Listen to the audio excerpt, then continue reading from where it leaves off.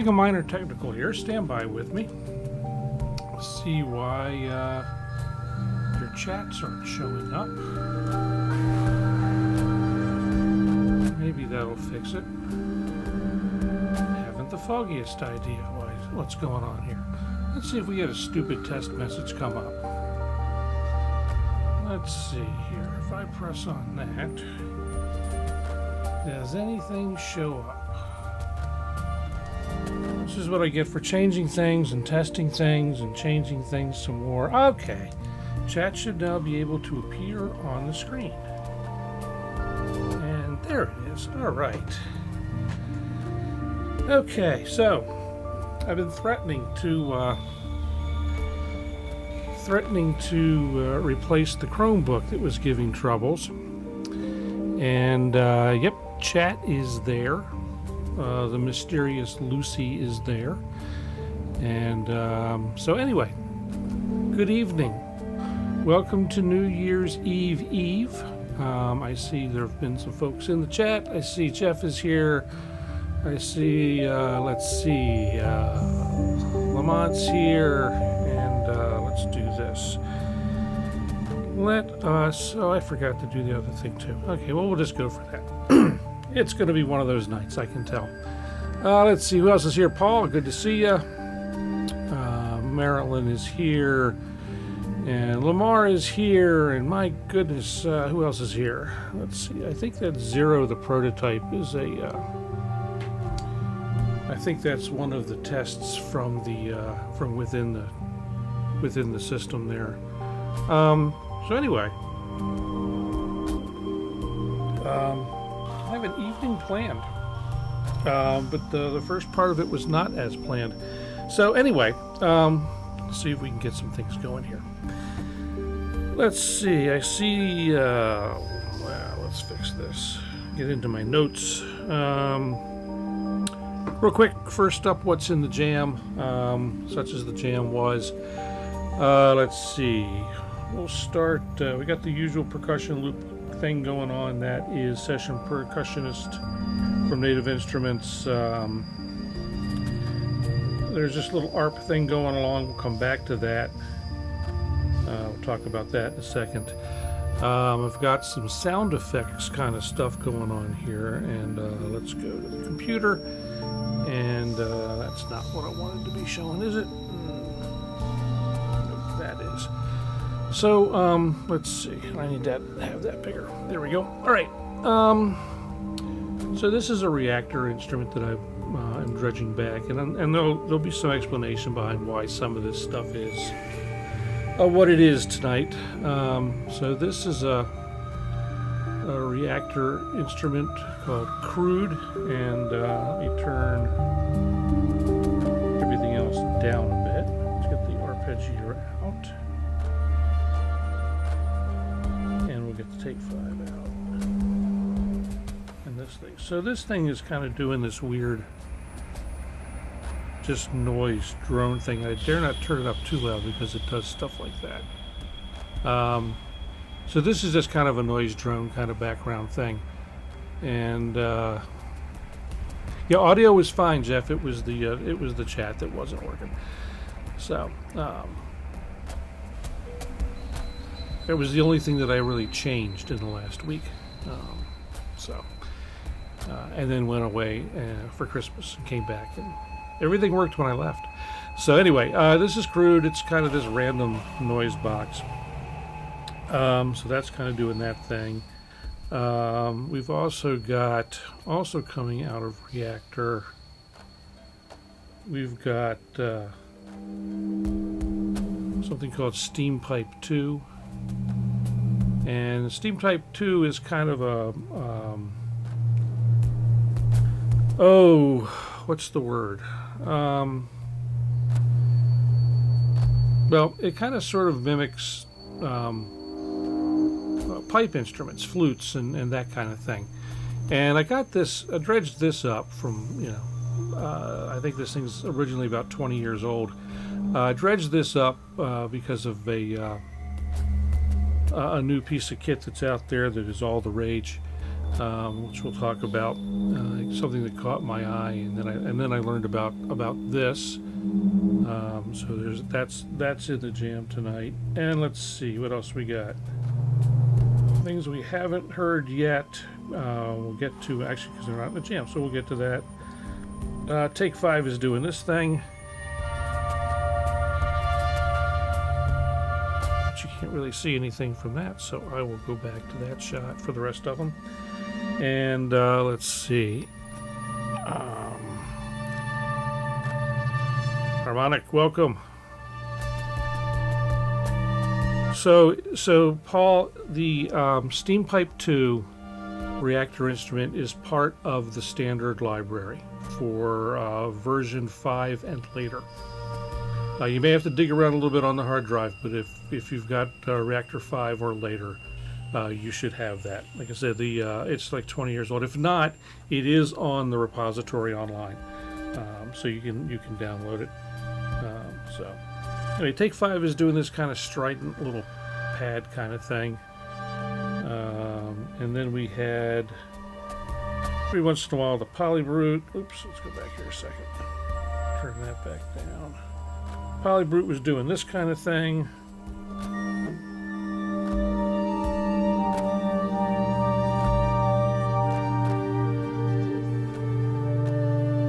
And that's a one of my own custom patches. It's called Space Lomain. And let's see, also in the mix, the Ooops 6.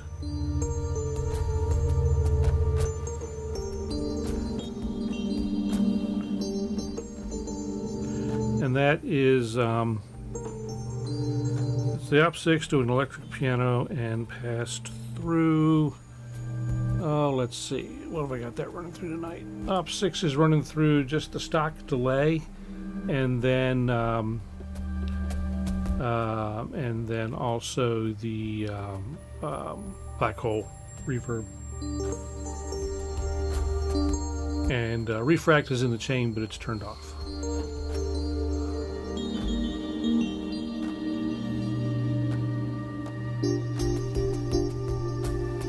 Let's see, the wave state is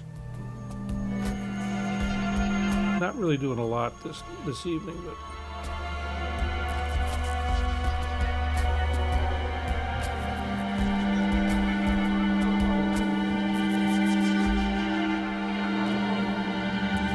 yeah, I'm back and forth between them, Jeff. I still like Supermassive, and we'll look at that a little bit, but Black Hole is pretty awesome as well, and you know, between the two of them, just a subtle difference in flavor, you know, so it gives a little bit of variety. Last thing in the jam is the multi-poly, of course.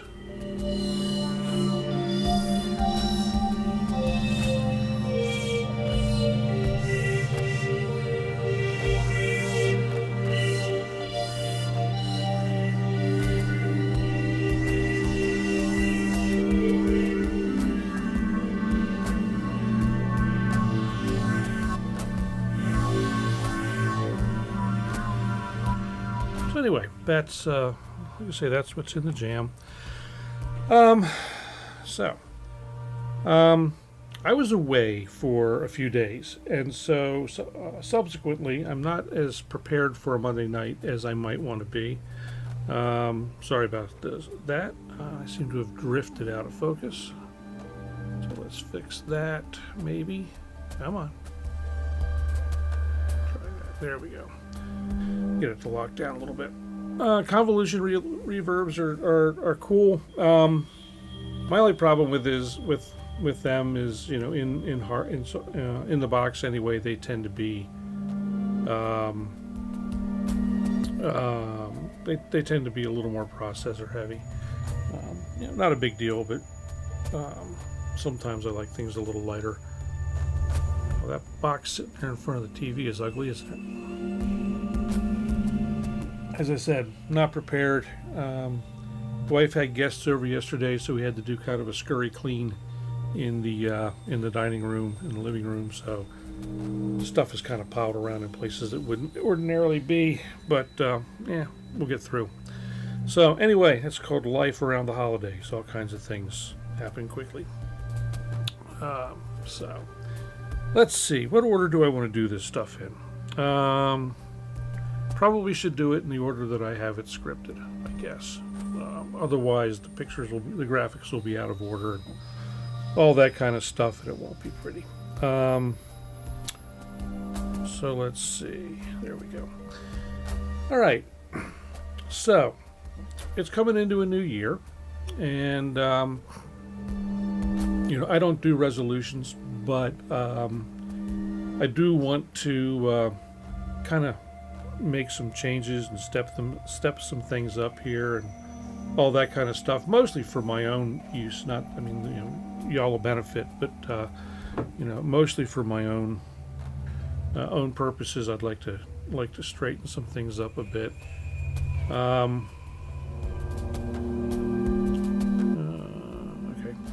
Okay. So I've got a few things that I've had. We've talked about before too, that I've had on my wish list, and some things added, some things subtracted. But one of the you know, things that I'm kind of griping about. You guys are going off into reverb geekdom. So in the rack, you still have a Starlab. So I don't have any effects in the rack. In fact, right now I'm not running any hardware effects. All the effects are in the box or in the synth. I mean, you know, if that's what you guys do, you like to derail me. So you know, any hardware effect is what's in the synth itself. Everything else is in the box right now. I think for the foreseeable future, with some minimal exceptions, I think that's kind of the way it's going to be going forward. It's a little harder to tweak things on the fly, but you know, everything can't be easy.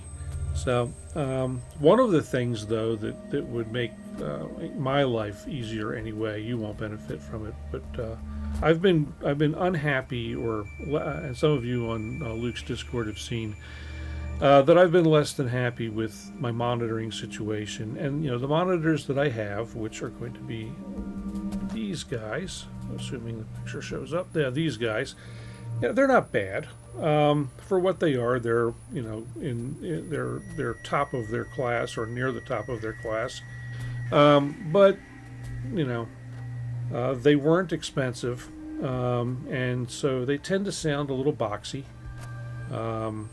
And so I'm just looking at some better things, and so we're at the moment I'm in between a couple possible choices. I did dial these in a little bit better the other day, but I'm in between a couple of possible choices for replacement. Right now I'm looking at either a pair of JBLs or the new Kali, new-ish Kali, little Kalis. And they're both about the same price. If I act fast, I can get a good sale on the JBLs. Interesting thing about that, I mean, I'm a JBL dealer. I'm not a Kali dealer, but I am a JBL dealer in my day life. And you know, from the distributor, these things cost more than they do just buying them out on the open market. I'm not sure how. It makes me wonder how dealers are supposed to make money. But anyway,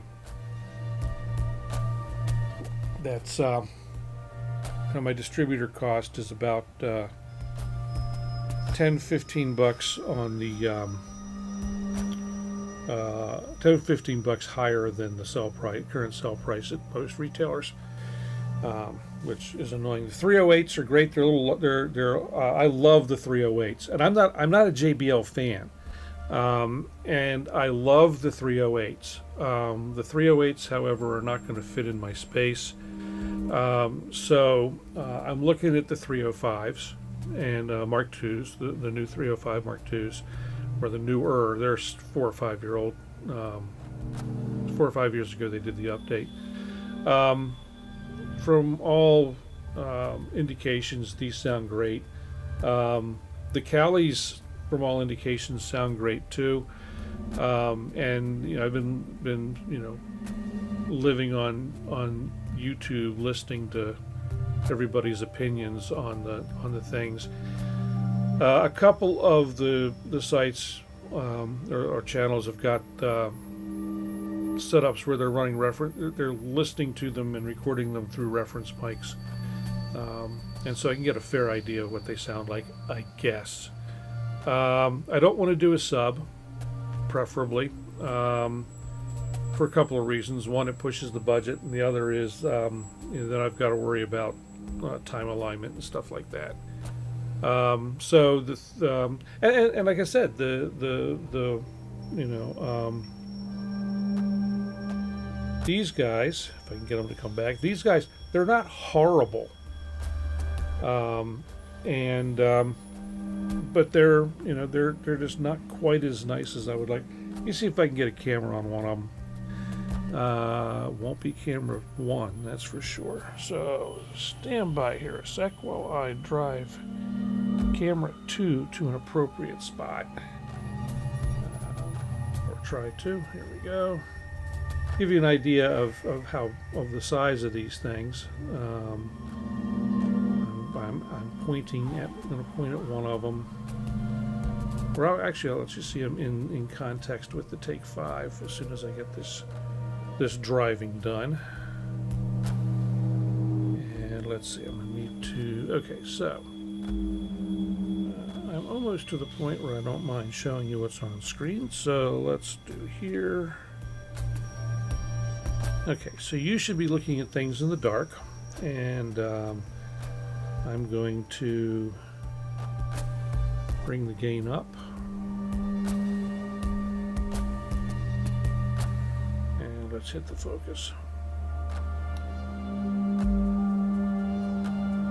or try to. Alright, well, that's as sharp as it's going to get for now. It's fine. So you get an idea of the size. You know, for reference, that's an iPhone 16 Pro, not the big one, just the you know, the standard size iPhone. Yeah, make a good reference, I guess. And you can see it in context with the Take 5. So they're, you know, I'm looking at things with 4 or 5 inch, 4.5 or 5 inch drivers. So yeah, it's pretty tight. You know, actually it's very tight. And so, you know, yeah. So anyway, I may talk to you about that, Paul, because I got a couple other questions for you offline. We'll see. And like I said, these are okay. They're just, you know, they just tend to be a little boxy, which is, you know, kind of annoying. I got them dialed in, like I said, a little better yesterday while I was futzing around with this. But you know, it's just, you know, little creature comfort things. I'm like, it's not like, you know, I tell you what, Paul, I have never liked the Roland near fields. Never, and I've had two different pair of them. The Fostex, the little Fostexes are actually pretty nice. They end up in a lot of broadcast situations because they're small and they're pretty clean sounding, and they're punchy, you know, they're nice because they're amplified. You know, they're active. But the Rolands have never done it for me. You know, for whatever reason. I wish you could still get a Radio Shack Minimus 7. I get that in a power amp and heartbeat. Those things sounded great. There is another, you know, oh geez, here we go. So another option for all of this is to look at that. There we go.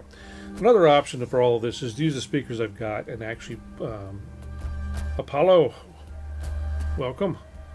Another option, like I said, is to use an ARC setup, do some room correction, and See if these tune up better, but that's, another, it's all, everything costs about the same. So, so I don't know. I do have to kind of sort of, if I end up wanting to go with the JBLs, they're on a pretty good sale right now. So we'll see. I'll make some sort of decision in the next little bit. I like the IKs. I listened to the IKs, and they're the next tier up in pricing, but they have the ARC built in for the ones that I would get, and I didn't do a graphic for them. But they've got IK's ARC built in, and they set up and they do their thing. And they do sound really good. Even in horrible conditions, they do sound really nice. But they're a couple $100 more. Actually, no, they're $300 more. So twice the price with the ARC, they're twice the price of the JBL 305s. Actually, twice the price of the 306s as well. But those don't have ARC. So if you add ARC, it ends up coming up to the same price. So anyway, things to think about. It's kind of sort of in the what's on my wish list still. And let's see. Oh, Vulture is starting up tonight. I still, have designs on. Yeah, there. Oh.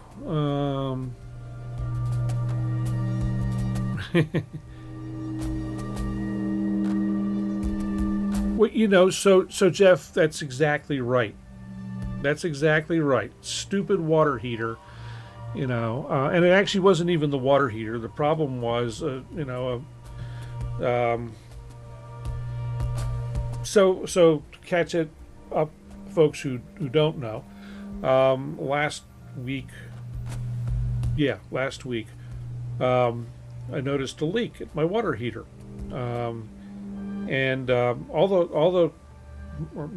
most all of the plumbing now in this house is copper. And we have an electric hot water heater. And when the Nimrod who put in the new hot water heater, now this is new before we got here, so it's probably about 15 years old. When the Nimrod wired the thing up, he used electrical tape to secure the power wire, Romex, to the hot water out pipe on the hot water heater. And so the glue on the electrical tape that he used, instead of using friction tape, this guy used electrical tape. The glue caused the pipe to corrode at the points where the tape was wrapped tightly around the pipe, and that caused a pinhole leak. So the water heater itself is fine, but the section of pipe had to be replaced, and yes, that was about the cost. Actually, a little more than the cost of the IK ARC box, which was pretty annoying. The water heater itself is great. It's not leaking. It's in really good shape, and it's, in fact, even though I think it's still got another couple of years on its warranty. And I take pretty reasonably decent care of it anyway. I don't run it too hard, and all that kind of stuff. So I'm probably looking at replacing the water heater in a couple of years. And who knows, I may be gone by then. Who knows? I don't know. We'll see. Anyway, enough about water heaters. They make me angry. Well, they don't make me angry when they work. So the water heater itself, like I said, I think is fine. It's just and I've used, goodness, the water heater in my parents' house or my mother's house is 20 plus years old. It's still cranking out hot water like nobody's business. And I lived in a house. At one point. The water heater was so old that when the house was converted from propane to natural gas. They couldn't get a new orifice for it, and the thing was so old it didn't have the appropriate shutoff, so they had to red flag the thing anyway. But it was still working perfectly. It had to be 50 years old. I mean, it just worked great. I do need to get. I have a problem with my electric sump pump for some reason, and it's new. You know, it's only 3 or 4 years old, just out of warranty, and it doesn't turn on it. The switch doesn't work correctly. The float switch doesn't work. The pump itself works great, but the pump switch is fried. Fortunately, I also have, because when we first moved up here, we were kind of prone to power outages. I put in a hydraulic water pump as a secondary. So if the electric one doesn't cut on, the hydraulic one will. So I never have to worry about the sump overflowing. As long as there's water pressure, I've got a sump pump. So that's, and they're not that, those aren't that expensive. Kind of a pain. Yeah. So and the manual switch for mine means I go over and I kick it, and that jiggles the switch and it sucks all the water out of the sump. It's just kind of annoying. There's a lot of things annoying in my basement, which is why the studio's not down there anymore. So anyway, County Fair. Welcome. I haven't been to the county fair in years, but it's been since '74. I will say that. Anyway, welcome, welcome. So anyway, other things still on the yep, derailed again. Speakers good. So anyway, I'm either going to buy one of those two, or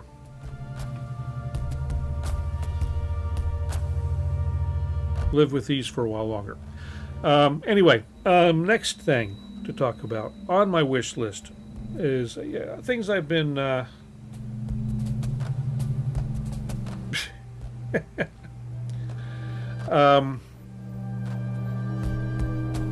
see the problem. Now we're going to go back to the derailment just for a moment, Jeff, and we'll be right back with you on speakers. The thing is, the switch on mine is inside the pump housing, so whacking the power strip wouldn't do any good, or you know, plugging and unplugging wouldn't do any good, because the switch is inside, the float switch is inside the unit, and I don't, short of taking everything apart, I can't see a way to and literally meaning pulling all the plumbing out, pulling the hydraulic pump out, pulling the electric pump out, and taking everything apart. I can't see a way to fix it. So for now, I will live with it. Like I said, I'm not too worried about it because the hydraulic one works.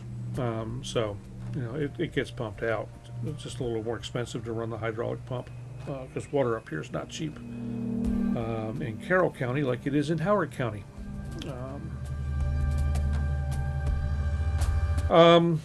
You know, if I could get it to float lock on, I could probably do that. I could probably, you know what, that might be the easy thing to do. Good thought, Paul. I might float lock it on and then put a moisture sensing switch in the power line, and that way I can easily adjust when it cuts on and off. There we go. Well, maybe a trip to Micro Center this week to get the parts for that. That'll be fun. Anyway, okay, next thing. So other things that I've been toying with. And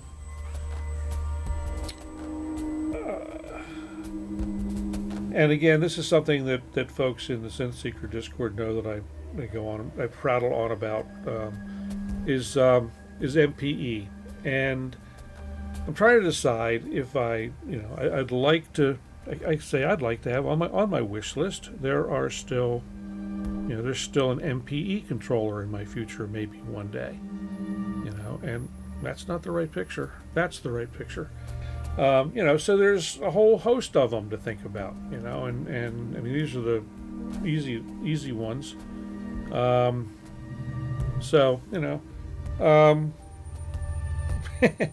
No, sorry, Jeff. But my question to myself, Micro Center for me is the one in Parkville, at Perring Plaza.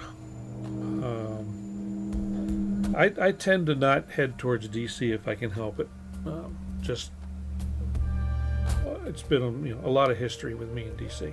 So anyway, I'm kind of wondering to myself, I say self, do you really need MPE?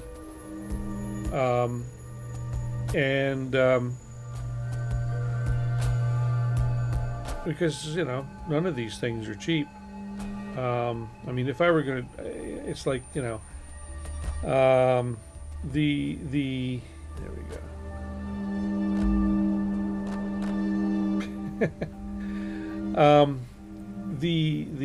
There's the Osmos is I've played with all of these except the Keith McMillan, at one point or another, and I enjoy them all. Although I understand the Macmillan is, shall we say, different. Each one of them has things to recommend it, and all that kind of stuff. But the question really gets down to, do I really need to have MPE? Because it opens up another whole host of another whole ball of confusion, and things to kind of overload the system. I know Jeff's got MPE with the whatever that thing is.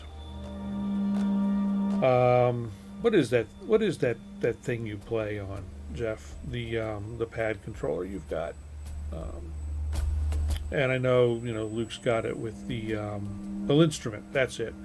And I'm learning, more and more. I'm learning that I'm not a pad guy, so that would not be a route. I did sit and play with GeoShred on the iPad the other night, and that was it's neat.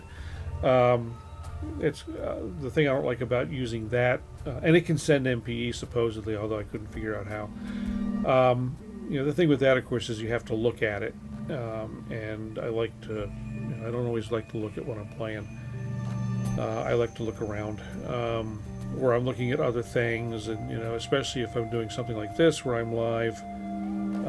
Well, again, the problem, Paul, with something on the iPad, GeoShreds can supposedly do it. I own that, but I don't. I have to look at it, and so let's see. I mean, I can probably.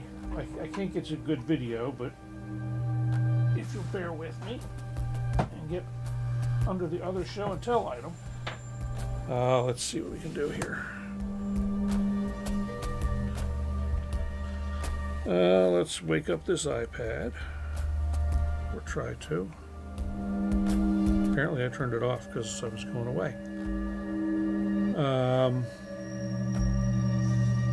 Well, and so a good silicone pad, or push 3, or or a good keyboard. Right, doesn't have pressure. It's got all the pitch bend stuff, but doesn't have aftertouch. And we're waiting for this. This is my oldest iPad. It's a Air 2. So it takes a little while to boot up. Semi-Morph.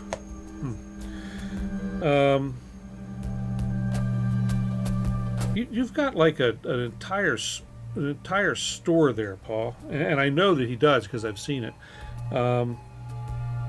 I've never seen a guy with more stuff. Let's see, where is it? Where is it in here? There we go. It'll take GeoShred a moment to load this old thing. Come on, you can do it. I think it still loads on this one. There, okay, it's loading, it's saying what version it is, it's thinking about it. Splash screen. Come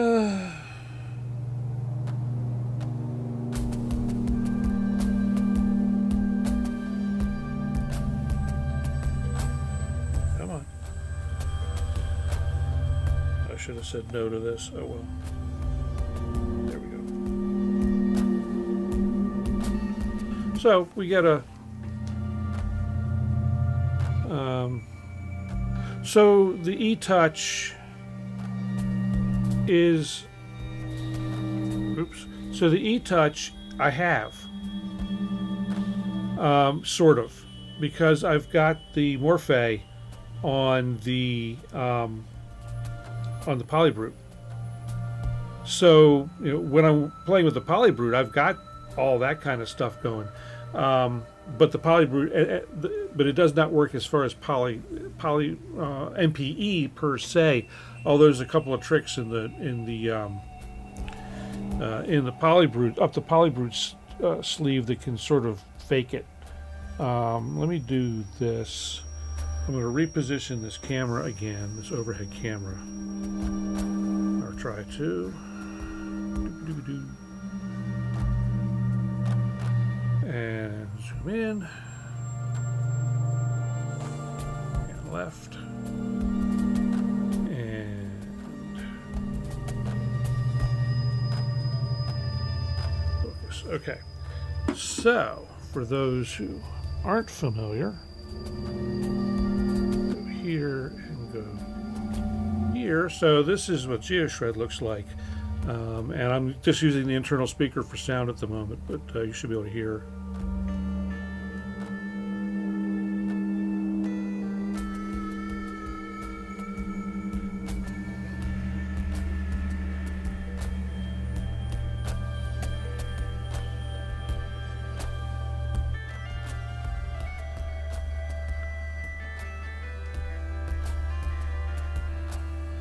And you can play between the notes too. This is just has whatever scale this is set at the moment. I don't even know. Actually, it's in C major. And so, I mean, it plays like a guitar, sort of, you know.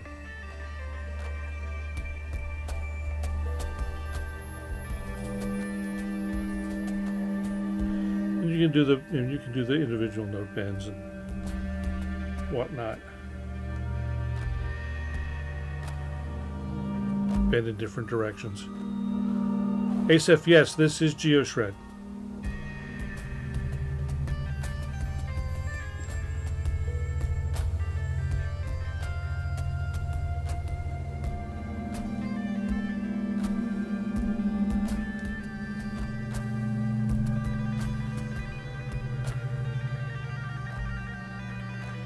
You do all the guitar stuff, you know.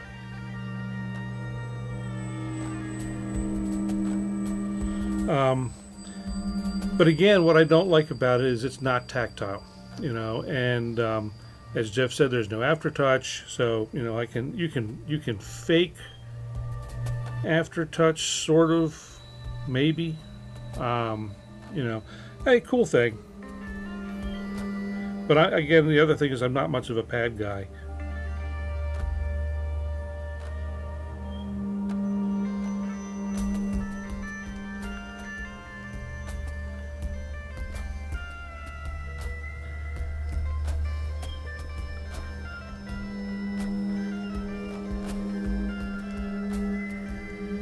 I mean, I suppose that with, yeah, it's and this being the, I don't think I've even got haptic feedback on this particular model of iPad because it's so old.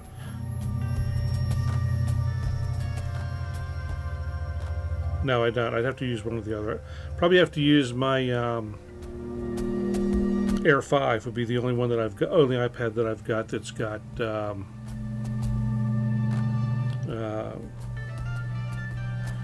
that would have the haptics.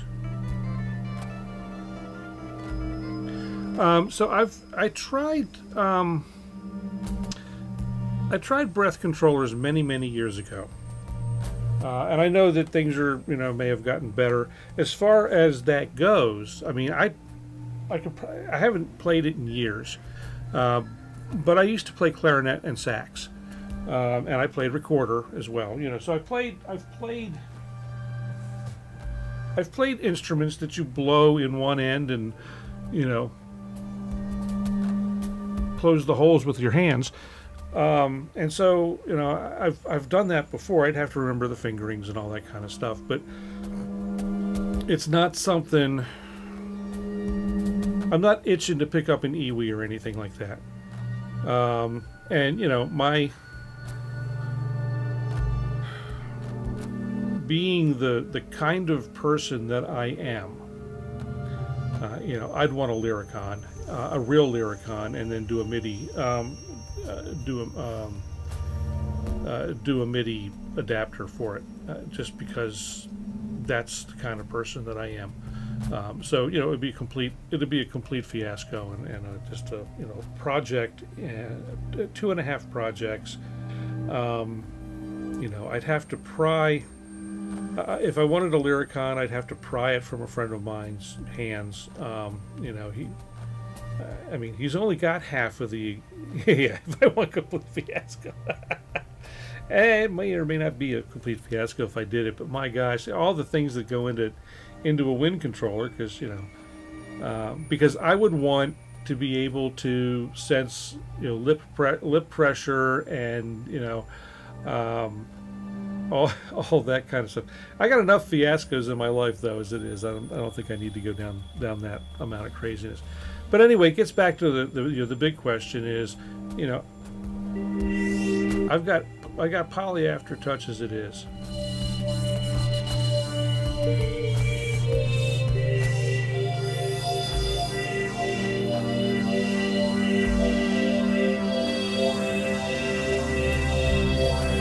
There's wacky filter sweeps I'm doing with, you know, one hand and 3 fingers, and the microphone's in the way of getting that with camera 1. But let me see if I can, you know, swing camera 2 around. Come on, hand right. It's zoomed in so tight right now; it's not moving fast either. But in fact, it's moving so slowly I won't even mind letting you guys see how it's moving. I don't like moving it fast when you guys are watching, because it, you know, makes you dizzy, makes you need Dramamine or something like that.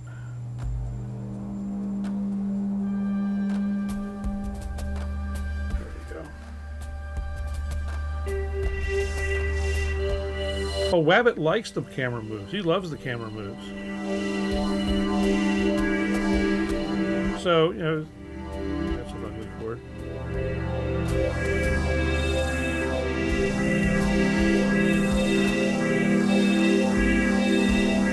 So as I rock my fingers on the keys, for those folks who don't know, the Poly Aftertouch lets me, in this case, vary the filter and a couple other things independently for each key.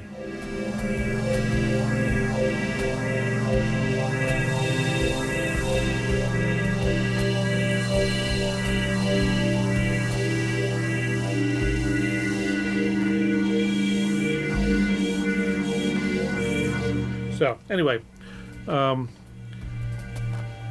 mean, it would be nice to have, be nice to be able to have individual pitch bend, but it's like, I guess the question is, how much do I really need it?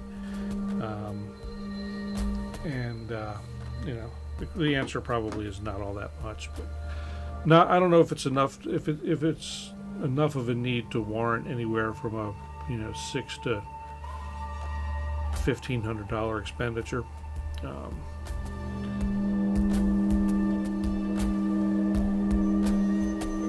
You know, yeah. I understand that, Paul. Probably another way to get stuff like that to work for you, though.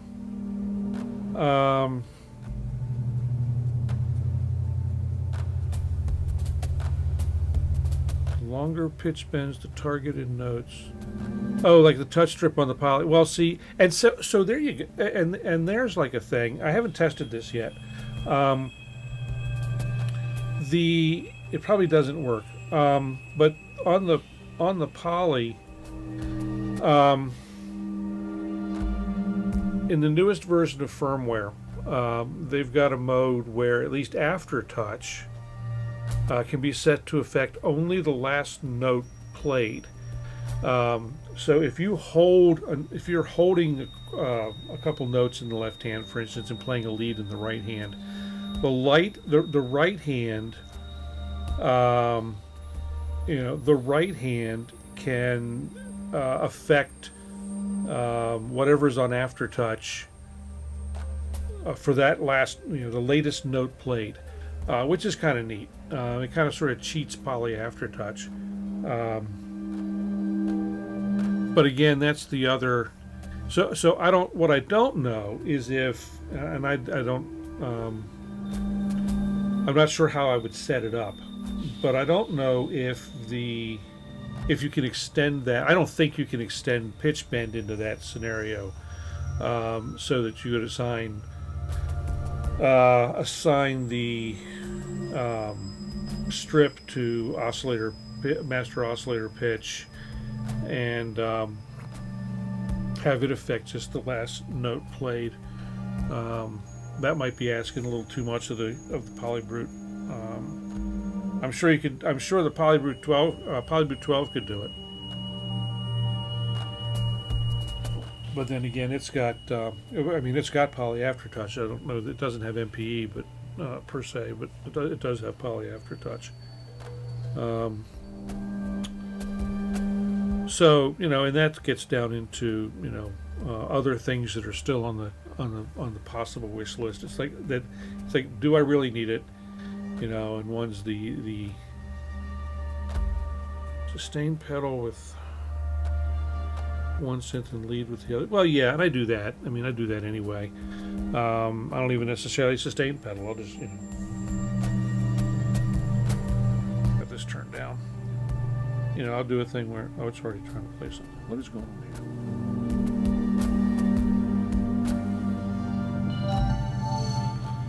Why is that so low?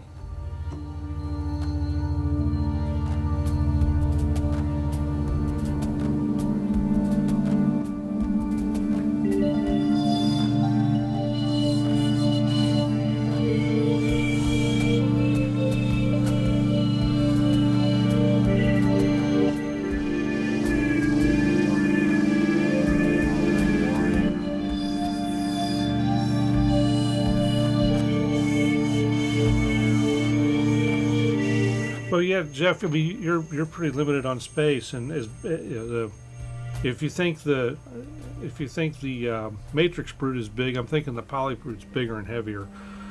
I know the Matrix Brute is pretty big. It's I think it's a little bit bigger than well, it might be about the same size, because the Matrix Brute's a little bigger than the Polybrute, I think, at least deeper, and because of the bigger matrix, but. So yeah, but just think. I mean, you've got the new car now, and so now you've got something better to move the Polybrute 12 around in. Right? So it's just a progression. The Matrix Brute is heavy, the Polybrute's heavy, the Polybrute 12 is heavier. I mean, my gosh, they're monsters, monsters to move. I would love to play the Polybrute in a live situation. I dread taking it out of the house.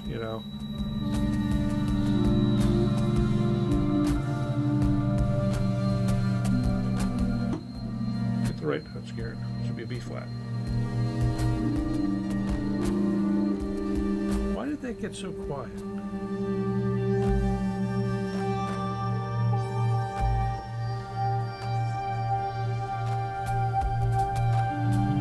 Must have just made a quiet patch. I don't know. Yeah, so I mean that's a. But now the Polybrute itself, the Polybrute 6 voice is not significantly heavier than my Korg Kronos was. It's a little bigger, but it's not significantly heavier. Yeah, but the Mini Freak doesn't. You know, the Mini Freak doesn't even have poly aftertouch. It just has aftertouch.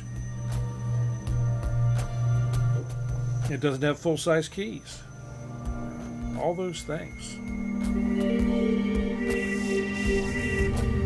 I'm getting to be kind of a snob for full size keys. They don't have to be standard keys. You know, they don't have to be you know, full throw or anything like that, which is, you know, one of the reasons why, you know, the Rolly Piano M is in the list, although it's kind of it's not the best made thing in the world. So is stylophone. You say that. There are I can't remember what it's called. What is that thing that's got basically a string that you slide along and hit the notes and that thing, you know, that's kind of a stylophone except really big. You know, that I'd play one of those, but you know, it's not. Is it a monotron? Is that what it's called? It's you know, it's great for theremin kind of sounds, but that's really all. You can't. It's not a poly aftertouch kind of deal or an MPE kind of deal. It's just doing the one note. And as far as that goes,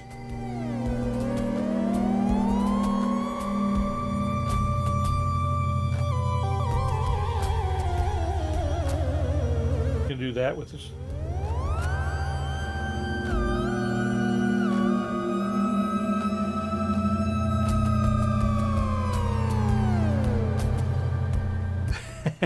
Hey, well, I can do that. I can do that kind of thing with the Polybrute, with the you know, with the strip on the Polybrute. But that's one thing that the C-boards have that kind of functionality too, and it actually lines up with the notes. And you can do those slides either above the keys or below the keys, seamless slides, and then chromatic slides across the keys, or the bumps anyway.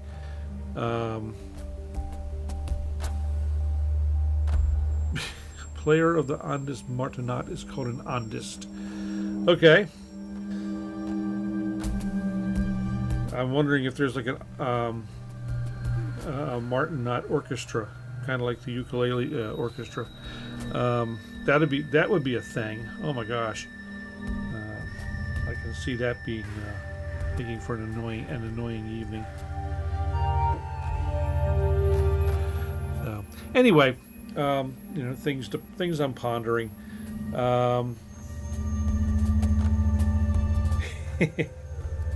I'll take that title.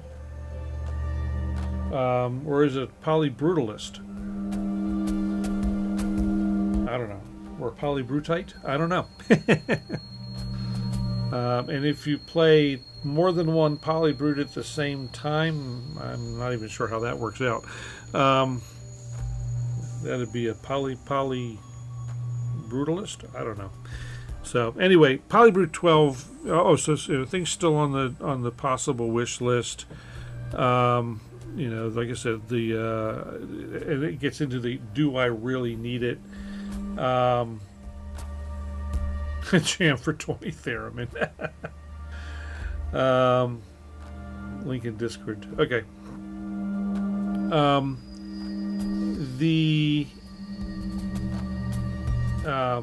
You know, other things that are on my wish list, it's like gets into the do I really need is the Ableton Move. You know, I like it conceptually, but you know, the question gets down to would I actually really use it? You know, not being a pad guy, I'd have to be dragging along a little keyboard controller, which I already have. At which point, I might as well just go ahead and drag along the laptop and load up Ableton Live. So, multi-poly plus Polybrute player. A multi-poly Polybrutalist. Oh, that's funny. Oh, sorry about that. When I laughed, my knee hit the table. The camera's up on the pedestal above the table. So,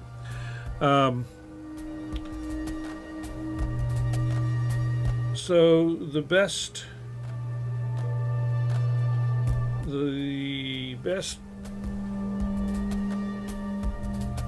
between portable and MPE. Well, yeah. So push 3 would be it, I would think. Instrument Micromonster 2. But is Micromonster 2 multi-timbral? I can't remember.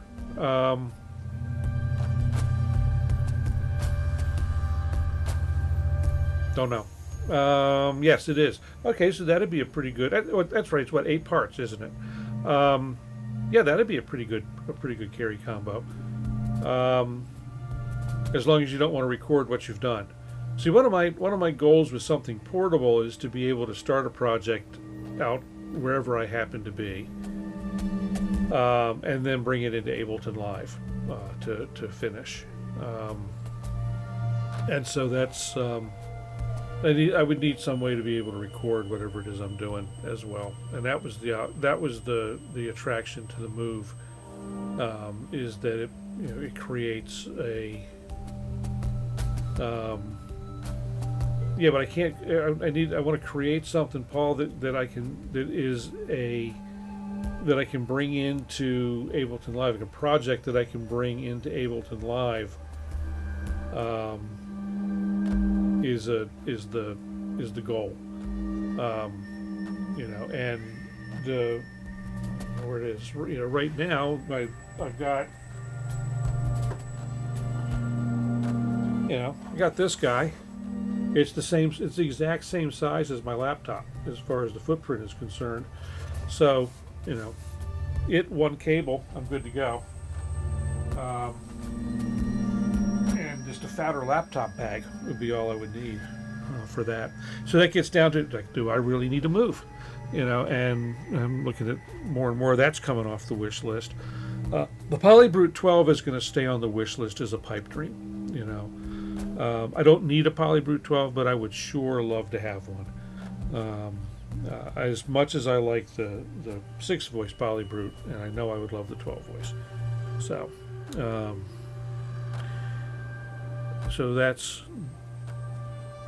it's a good pipe dream. It absolutely is. Waveshapers on the multi-poly. Oh yeah, well, so and yeah, the multi-poly. It's like I've got the waveshaper on the multi-poly is fantastic, given its limitations, because it's not. Well, so Paul, if I were to get a Polybrute 12, we'll back up just for a second there, Sonics, and if I were to get a Polybrute 12, the Polybrute 6 would be traded up. So I've got space for the Polybrute 12 already, where the Polybrute 6 sits. As far as the multi-poly, I think if I press button 9 on here, that may swing the camera around. And again, I'm not going to subject you to it.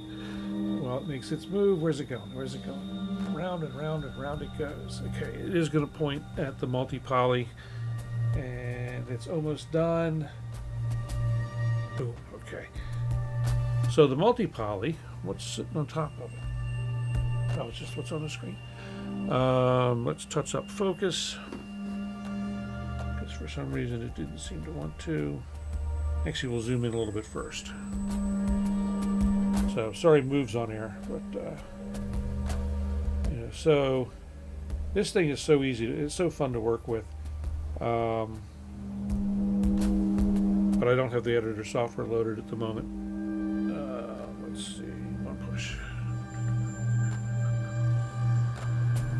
When you get into, let me open up that mic over there.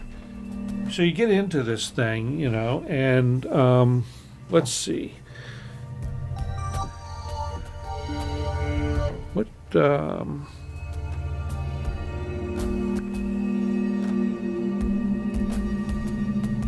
only got that oscillator on, and this layer. Okay, so this particular oscillator happens to be a shaper already. So let's turn off all the other the other layer. Let's turn that off, and let's turn off the other oscillators.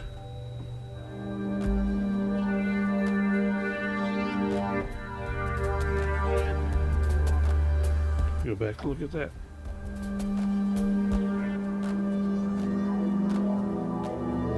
Where's the control?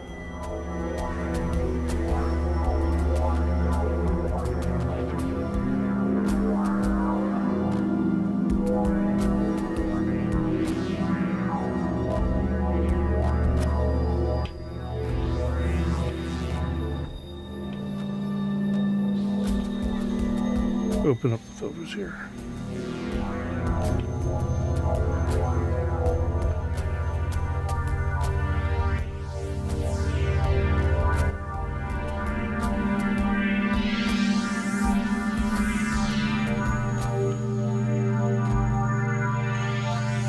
So pretty much all I have going on this is whatever modulation is happening on the filter, but the filter is wide open.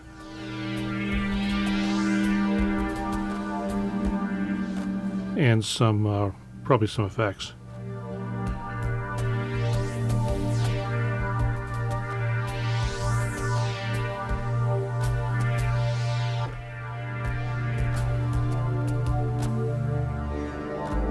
And of course these are being modulated too by the LFOs.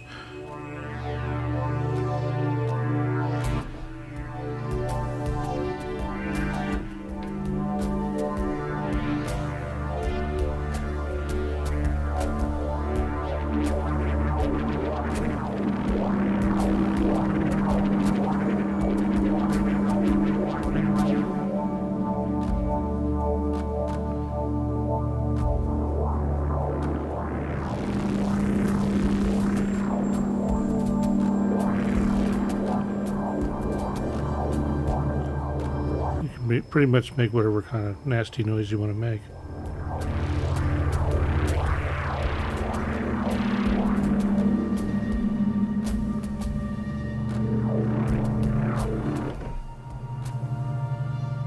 So anyway, great. Get my sound back. Here we go. So you know, any kind of noise you want to make with it, you know, it's a. I absolutely love the multi-poly, you know, and yeah, so the mod wave and wave state shapers, they more distort, and so it's kind of like the it's kind of like brute factor or metallizer on the poly stuff, you know, on the Polybrute or the freaks, same kind of thing. And so yeah, with this, you know, with the chord, even with chords, this still sounds, unless you're really extreme, you know, it still sounds nice. So it's a, you know, so yeah, I mean, and I'm saying the mod wave and wave state, they're wave shapers, like you said, they head more for distortion, and like I said, that ends up being more like the Arturia approach with metallizer and whatever they call that thing, brute factor. They pretty much wave shape by distorting, by pushing it into distortion or overdrive, and but not quite. I mean, it is actually doing wave folding to a point, but the wave shaper on the multi poly is just really cool. Like pretty much everything else on the multi-poly. I've every once in a while I do the mental exercise of, if I had to leave suddenly, And I was told that I could take one of my synthesizers with me. Which one would it take? Which one would I take? And the choice is of things that still have keyboards attached to them around here. It's the Polybrute, it's the Take 5, or the Multi-Poly. Which one am I taking? I'm probably going to take the Multi-Poly. Because it is so versatile. As much as I love the Polybrute, because the Polybrute is probably my favorite synth going, of what I own anyway, and everything that I've tried. The one that would be the got to go over. It's got to be the one. If I had a choice of one, it would probably be the Multi-Poly.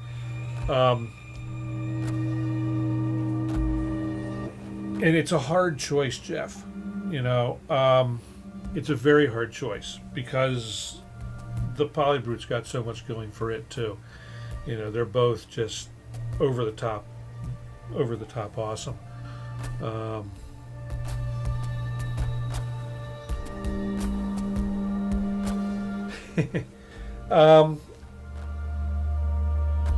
That should be interesting. I don't have GerenM, but I'll be interested to hear what you come up with. I figured you can't own everything, and so I've already got a ton of soft synths. I got a decent collection of synthesizers here. And so you use the formula parser and it's random results.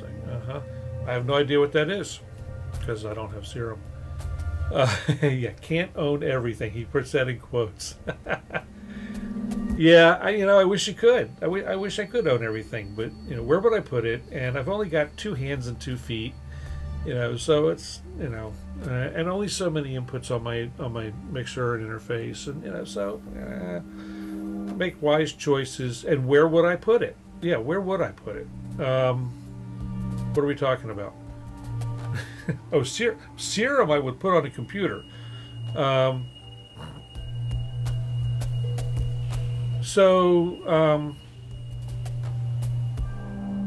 in mathematical formula to generate wavetables. So have you seen Mr. Sonics? Let's see. Let me get this. I'm going to go absolute full screen on the computer. And let's put that out of the way. She wants the house, but you're holding out. Well, see, Jeff, if you get the house, if you go ahead and get the house, then you've got more room for more synths. So there's definitely a value to the house. I have set my own limits on space here. So that's extreme discipline on my part. Gotta wait out. Well, see, now that's another idea. The older kids get old enough, you kick them out. And then you got another room. You got the synth man cave. Well, that's what I've got, the disaster room here, Asif. So back to Harmonic Sonics. Have you seen Ocean Swift's Wavetable Creator? It's pretty neat, and so if you no hole in the water into which you throw money, Paw.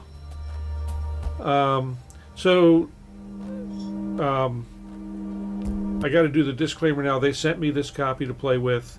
But just today bought the latest version. So, but this version they did send me. It's pretty cool. You can build wavetables, and you start the 5 positions, and you get 2 waves that'll mix together. I'm just going to go ahead and kind of do some random stuff here, and build up put some noise in the middle, and that. And I'm just, like I said, making some random stuff here for some noise. tri-saw. I'm going to turn the second wave off for now. Where's it? Wave 1 only. Let's see. And we'll turn the volume down here and set the frequency to there's good. Tell it to take over the Zoom audio. So I'm not going to have a whole lot of control over audio level to you guys. I'm not even sure where this is going to show up. Make sure I've got something that's reasonable. I think this is the one. Okay, so it's pretty low. You can hear the A. It's a sine wave at the moment. The folks at Ocean Swift are really cool.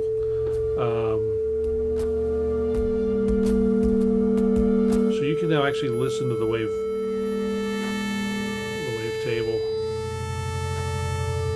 If you want, I will stop the playback, and I can set up a second wave for it to interact with in various ways. Like I said, I'm just grabbing stuff at random. And we can put different shapers on each one. So we can do some phasing, and we'll do something different, one of each on each one.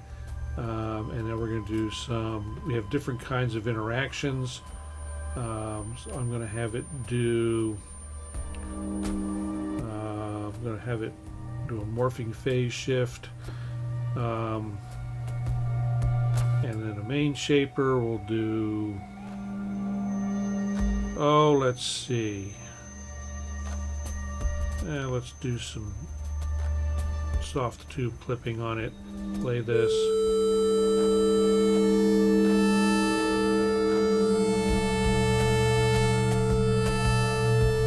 And that was kind of mediocre, but so this is really cool. It does really nice randoms. If you just whack random a couple of times, you know, you can get something usually get something pretty cool.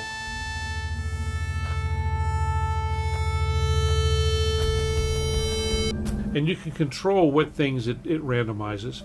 If you have these little things, like you know you want it to start with sine waves, you can set that to sine and turn that guy off.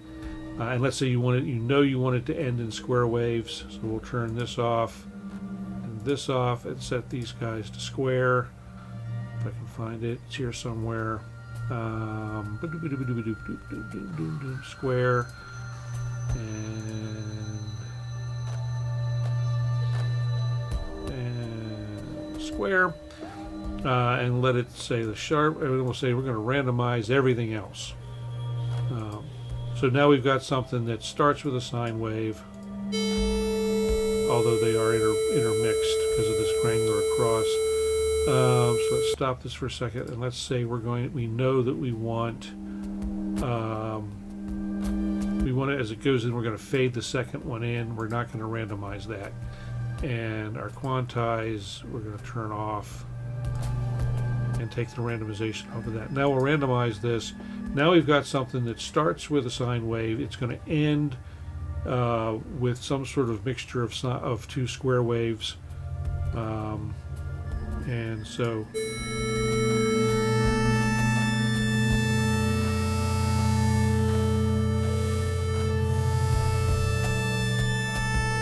that's pretty annoying sounding, but we can now take that, and we can make a wavetable for any wavetable synth, including being able to suck it into the multi-poly. You know, definitely a cool thing. If you are on right now, they've got a deal going, and again, I'm not getting anything out of this. There's no promotional anything going on with this. Works for Mac. Here's the deal. Go to audioplugindeals.com, sign up there. It's on sale there for $20. And if you're, you know, I buy a bunch of stuff from through Audio Plugin Deals, so I got even a deeper discount on mine. I picked it up today. That sale ends tomorrow. I do know that. Otherwise, but I mean, even if you don't get the sale, it's $25 when it's not on sale. So it's a bargain, and it makes good wavetables that always seem to work. Once you get one that you like, because if you're in Vital or whatever, you can draw your own wavetables and all that kind of thing. But I don't. It's not. Drawing wavetables in Vital is kind of a pain. Peter, welcome, and good to see you. So it's I think it's a worthwhile utility, and another, and so anything that you can bring a wavetable in, you can make a wavetable using this that'll work with it. And the other thing it will do, I didn't really show it, but it will do iterations. So you can have it make at a batch, you can have it make 100 wavetables, all similar but not quite the same. So you can A/B test them or stack them up or do all kinds of neat things. Like, so if you're working in, for instance, in Pigments, and you're using the granulizer or the sampler within Pigments, you can have it make 5 similar wavetables and put them into the different slots in Pigments. And when it does that cycling thing in the granular engine, you can get some pretty cool results that way. You could do in the multi-poly. Oh, this could be really cool. You set up a bunch of similar wavetables. With the multi-poly, you can do the rotation. You can do the rotation amongst the layers. So you could have 4 different patches in the multi-poly, essentially, and it will choose through in whatever sequence you've told it to do it, because it does loops through or bounces around, whatever. There's a whole bunch of different ways you can do that. So the multi-poly can then have these really cool. You can do these really cool, ever-changing kind of patches that based on wavetables, or a combination of wavetables and analog, virtual analog, or waveshaper and the wavetables. So the sky's kind of the limit, really, on what you can do with the wavetables you can make in the with this. Or the other thing is there are online places where you can download a zillion wavetables. If you happen to have from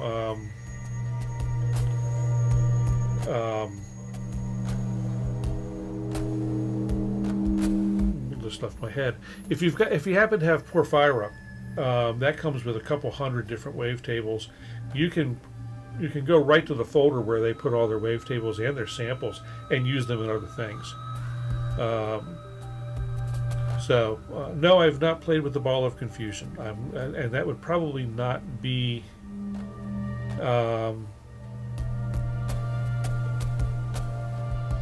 It is super fun, Jeff. I'm confused enough as it is. I don't need a Ball of Confusion. I don't need to buy a Ball of Confusion.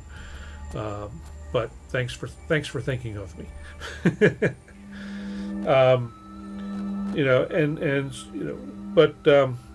That does bring up what are interesting things, and that kind of brings us to our next topic. Nice, thanks for the segue help, Paul. I appreciate that. So there's been some interesting things floating around the interwebs lately. One of these new things, Erica Synths. Erica Synths came out with this. Might have to clean house.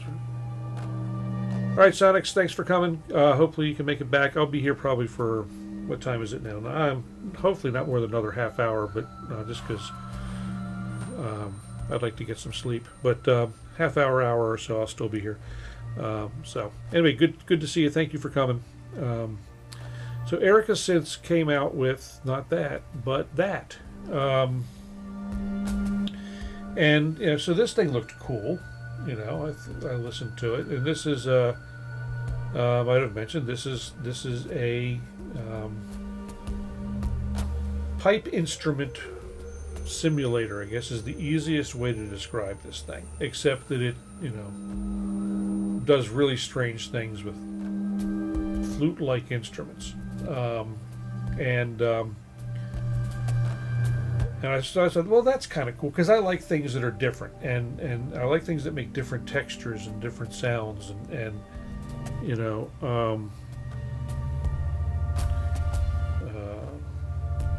some messages pop up on my phone. So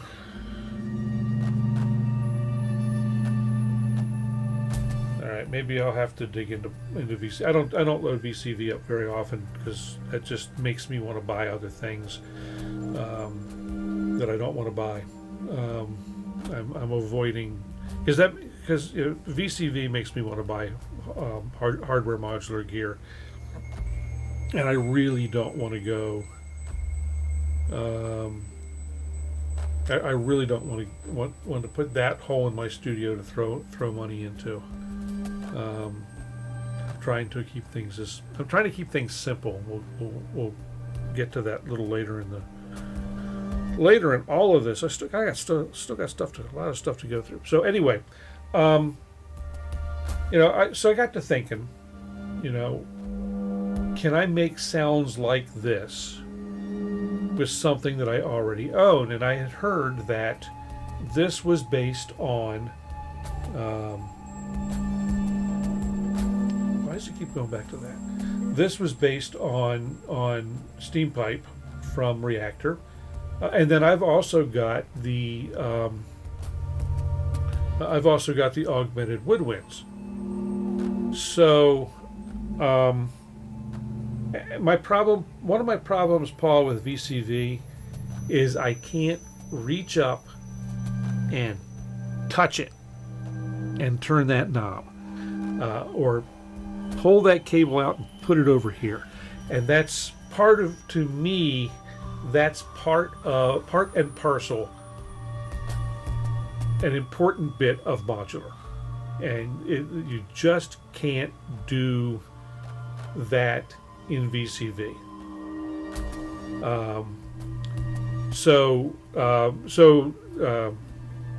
Paul, up to 2048 port wavetables, the Ocean Swift their wavetable creator will do that easily. So anyway, it dawned on me, I've got, with the new Steampipe being built on or modeled after the Reaktor instrument, it dawned on me, well, I've already got that, and so I loaded that up in the setup for tonight, and I didn't really have time to play with it. I just grabbed something that sounded good, but quite frankly, I think I've just saved myself $1,300 if I decide I want that. Plus, like I said, I've already got I've already got the bits. So the thing that it lacks, though, is the physicality of the knobs. Now, the nice thing about the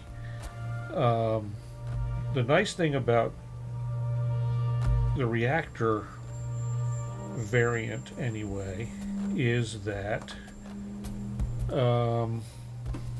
if I press all the right buttons and give it a moment to settle,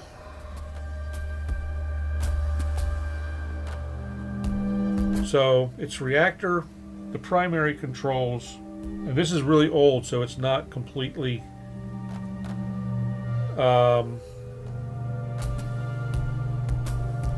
okay. This being old, it doesn't have all of the functionality, but I've got in Reaktor with the Control S, I have all those knobs, or most of the knobs, including the ones that everyone really gets jazzed about for this. And let me go back over to the mixer here, and we'll make it the primary thing of interest. Let's get rid of crude, and we'll get the Steampipe is playing a sequence at the moment. Let me hop over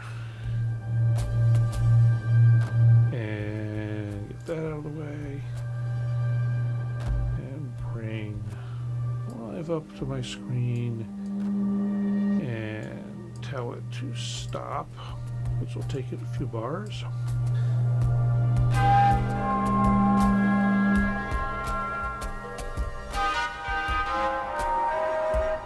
So I can get in here,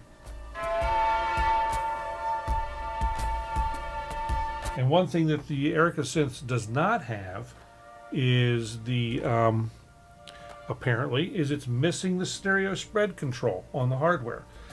So I've actually got that spread in software. Got the envelopes.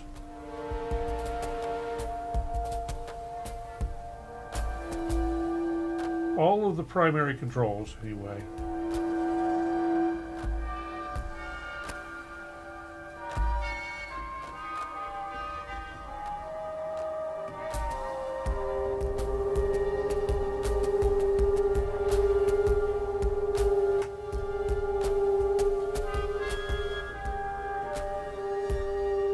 And let me do one thing real quick here. That's picking up noises. All the primary controls are here.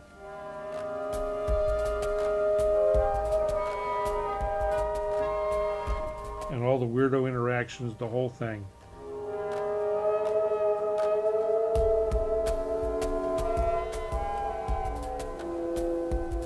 This thing does some bizarre things over time.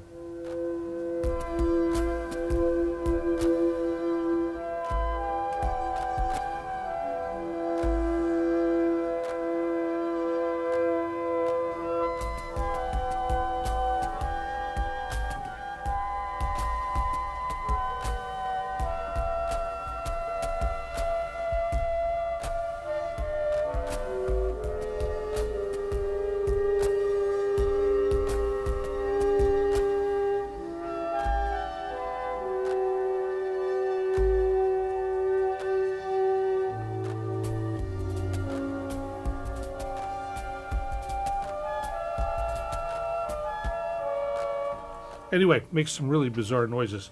You know.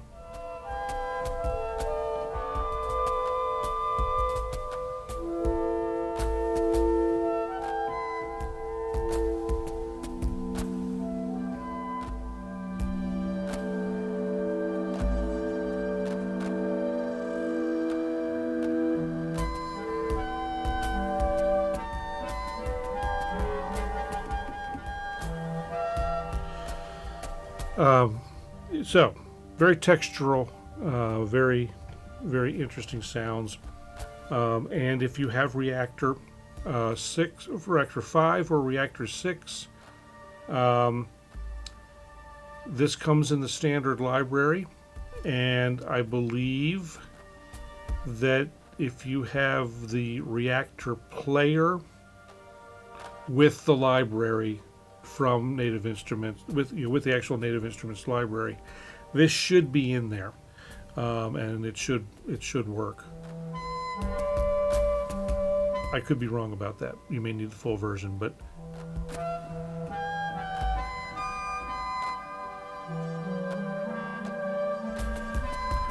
so anyway, really unique instrument.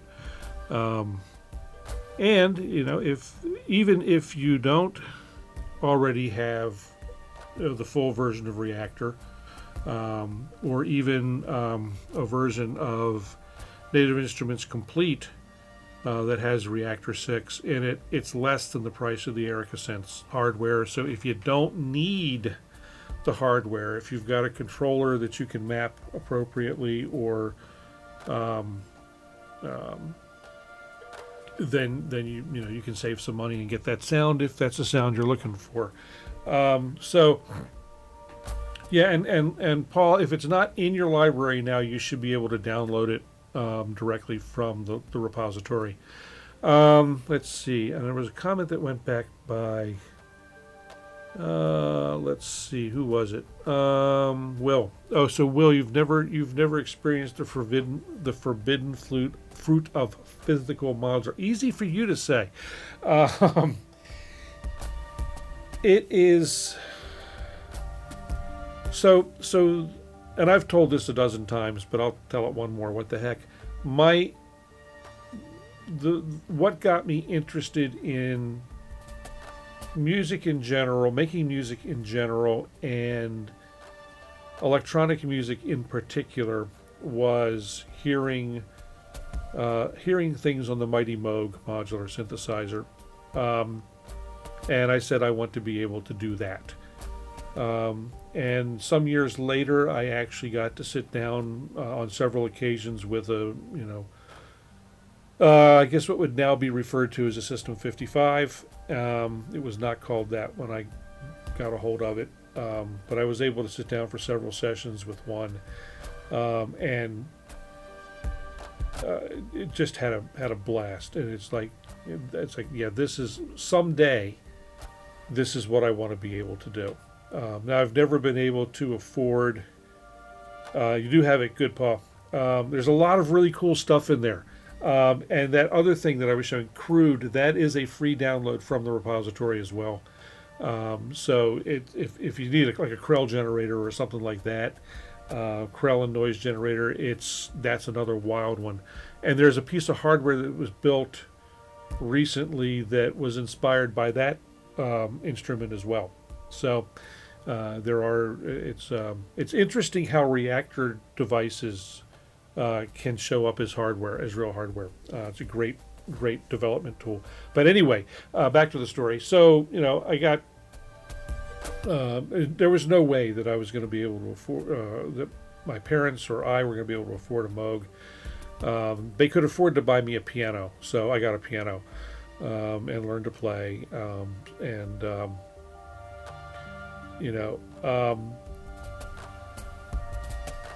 And so, I over time I got various synthesizers. I've never owned a modular synth. The closest I've come to owning a modular synth has been is VCV, and then I've also got the Native Instruments, their modular thing. I've also got modulars in Arturia's collection. But what I'm finding now for me, and there have been a couple times over the last couple of years that I've almost pulled the trigger on Eurorack, and almost went down that road, and I keep coming around to the synthesizers that I've bought, even though they don't have CV and gate controls and or plugs on them, they're kind of semi-modular as it is. I mean, I can patch anything I want in pretty much any order I want in the Polybrute and the multi-poly. The wave state is a toy box full of bits and pieces that you can do weird things with, So I've got semi-modular functionality without the hassle, so to speak, and without the constant. It's limited, obviously, to the modules that are built into it, but it saves me that always looking for that next bit, that next module that's going to do the thing, And I watch the guys in some of the discords, and every time I turn around, they've got some other new module that's going to do this. This is the fixer. And the next 2 weeks, well, I need this other thing, and I need this other thing, and before I know it, they've spent $3,000 in 3 weeks, and it's like, I'm not sure that they've still not sure they've gotten, because where they wanted to go, because oh crud, now we got all these modules, now we need more cables, so it's and VCV fixes that. Luke's got the one he likes. I can't remember what it is. There's a number of them out there. But I'm happy. I've become happy with the flexibility that I have now in the software that I have, software and hardware combination that I have. I can pretty much do whatever I need to do. With that said, so I can make the sounds of the Steampipe, obviously, and that and augmented woodwinds also has some capabilities that do some pretty cool things sonically that really twist up woodwinds as well. So, and I think it's Paul. I think it's voltage modular that Luke likes. I can't remember for sure though. The discussion goes by on the Discord, and I kind of tune it out because I'm staying away on purpose. But anyway, with that said, I do still toy with the idea that it would be cool to have something in semi-modular. But I don't want to spend. But I'm cheap and don't want to spend a fortune.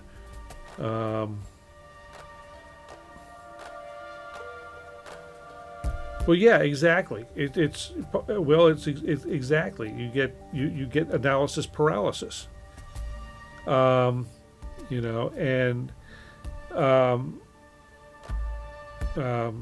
so good night. Good night, Lamont. Thanks for coming. No, not Lamont. Lamar. Sorry. Anyway, thanks for coming. So there are some things though that I part of me would still kind of sort of like to have something like that. So I look at these guys because I don't want to I don't want to spend a fortune, and of these would be the three, and it's not a whole lot of money, a few $100, and you've got a bunch of oscillators and a bunch of modulators and a bunch of stuff, filters and sequencers and everything. It's a almost self-contained unit. Be fun to play with. I don't know where I would put it. It's really low priority, but they're interesting to me, and it's about as interested as I get at this point. And I know I've said there's some other things that I've looked at, like the other Behringers, the neutron and the proton. Would also be Eddie would also be interesting, but these three, even though I know I'll catch heat from some folks because they're copies of the Moogs, and I should buy the Moog and blah blah blah.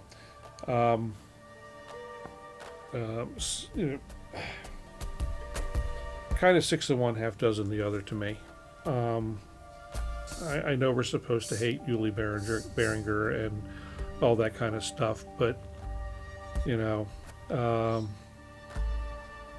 worries, Lamont. We appreciate you being here anyway.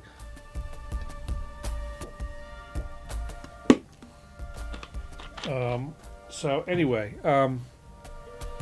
maybe someday it'll be as close as I would get to modular. Buy what I can afford, and right now I can't afford that either. But it's those would be it if I was gonna buy those instruments. I have no.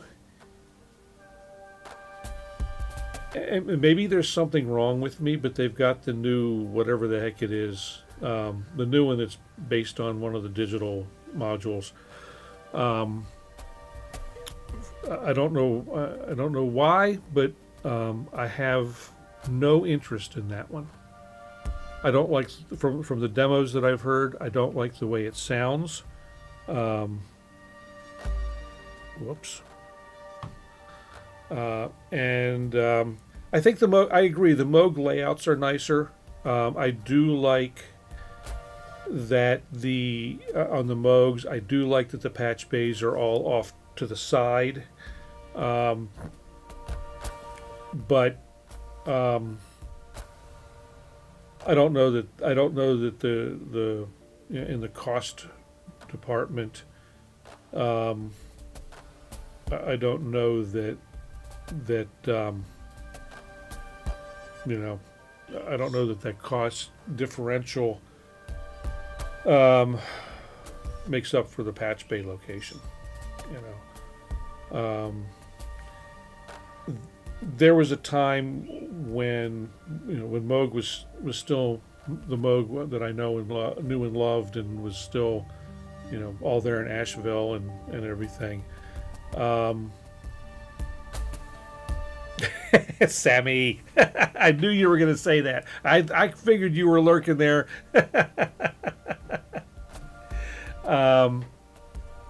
You know, and so here, Peter, here we start going down this rabbit hole, you know, because the grandmother or the matriarch, you know, those things are awesome, you know, and so you can do a thing. Apparently, if you are patient, you can buy a case that bolts onto the side of the matriarch. I don't know if you can get one for the grandmother or not, but it bolts onto the sides of the matriarch and gives you a Eurorack bay, and you know, so you start getting into all that, you know, you just get, it's you know, it's a thing, you know, and yeah, I'd love to have it. I would absolutely love to have that kind of setup, but I don't think I'm actually destined to own a real Moog. You know, just probably not going to happen. As much as I would have liked to at the point when they were still in Asheville. Now to me, with the exception of the very high end, Moog is just another Chinese synth manufacturer. Honestly. You know, so grandmother and matriarch, yeah, they would be kind of, you know, they would be really cool to own, but you know, again, not made here anymore, and so that's you know, I never got into the Moger Fogers things. I never, they didn't really quite fit my world, but. I mean, they're cool, but they didn't quite fit my world.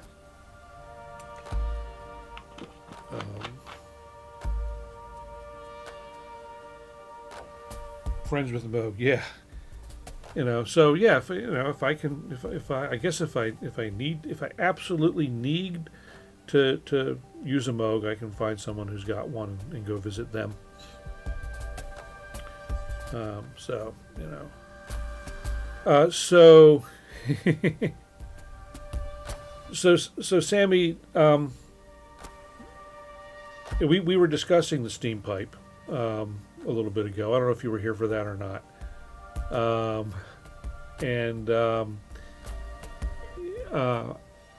I have the Steampipe. It's very cool. But I have the original Steampipe.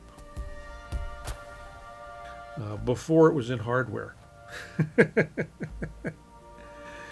You know, and apparently I've had it for years. So, you know, who knew? So anyway, okay, so that's that. I have a note here that says off track. Huh. No idea what that note in my notes meant when I only wrote it 3 hours ago.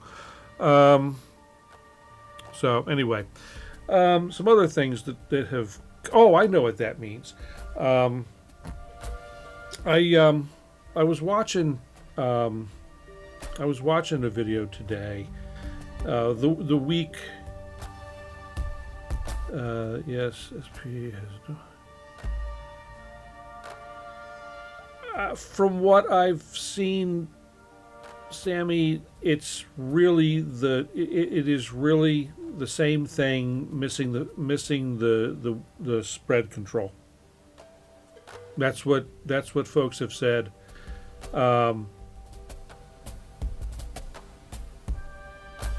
Agui just designed to piss you off. Yeah. Paul, that's a good question.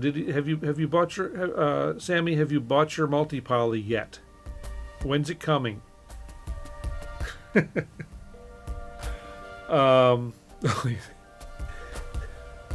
Yeah, the comments are fun. You know, so Eddie, half the reason I do the stream is the chat. You know, I love sitting and chatting. This is actually a lot of fun. It's the reason.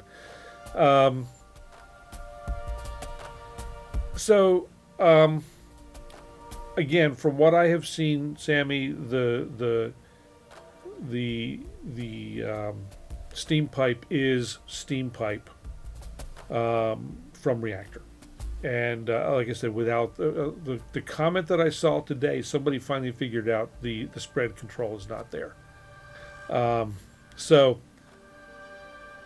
there's my feeling is I don't need.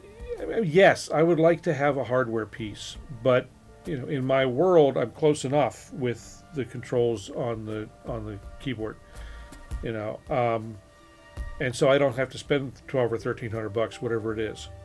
And I will say, when the Steampipe first hit and I first heard it, I thought, oh, this is really cool. It went into my wish list on Sweetwater, and that is wise, Sammy. That is wise. That said, you know, usually what happens to me is I ruminate on it so long that there was a sale going on and I missed the sale. You know, that's how it always works out for me. But that's a good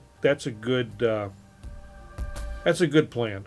You know, because the other thing is you get 5 things in, and then you got 5 things. So you feel guilty because you can't give them the time they deserve and all that kind of thing. The reverb delay and audio in, I believe it does. It has, but the other side of that, Sammy, is in the. I'll switch over. Let's take a look. Let's go to the PC. Here it is. So, what do we got? So we do not have.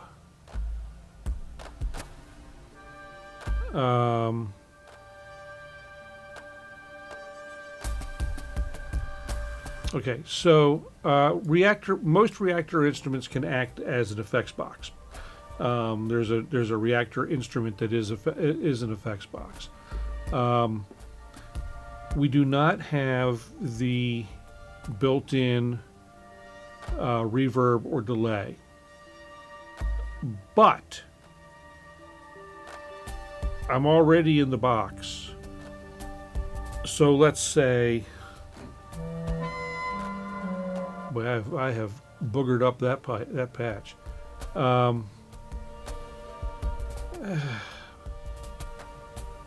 Yeah, so what, Paul? It's not the prettiest thing on the planet. I agree, but it works. So let's get. Let me real quick get this reloaded. Okay.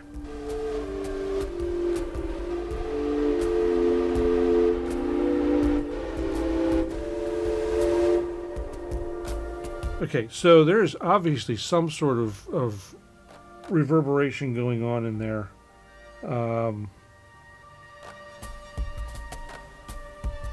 Maybe just inherent in the way the thing works. Interestingly, it says it's in mono voice mode, but obviously it's not.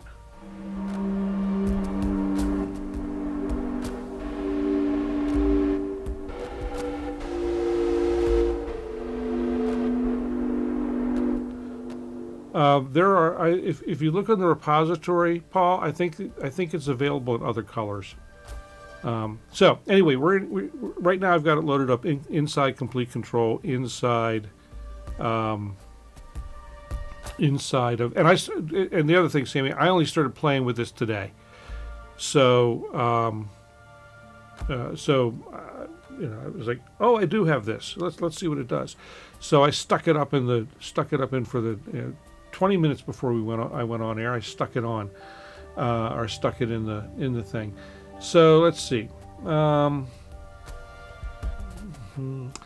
Looking at controls here. What are you guys looking at? Oh, you're looking at the same thing I am. Okay, cool. Blah blah blah blah blah blah blah. All the stuff. But anyway, incomplete control. If I drop this down, I can now add any one of my effects.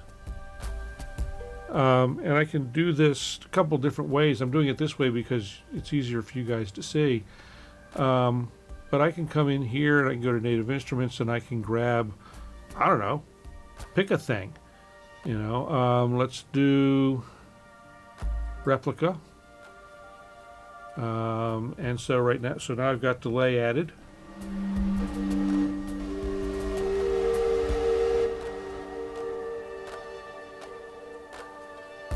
And let's make that ridiculously long, or ridiculously, we'll make it the vintage digital, and make it dotted half notes.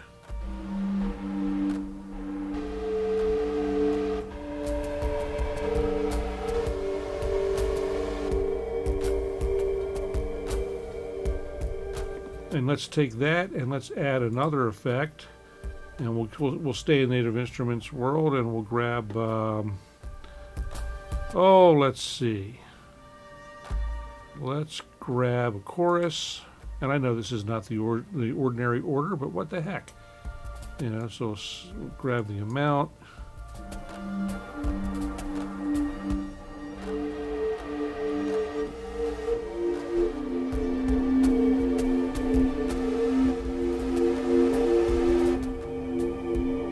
Probably not the most effective in the world, but now I can go and I can say, okay, I'm going to add a reverb, and you know, I don't want to use the one from, don't want to use ROM. Let's stick the Eventide black hole on the thing, you know, and we're going to make it huge. So no, it doesn't have the inbuilt effects, Zammy, but I can stick any effect I want. Any effect I want after it.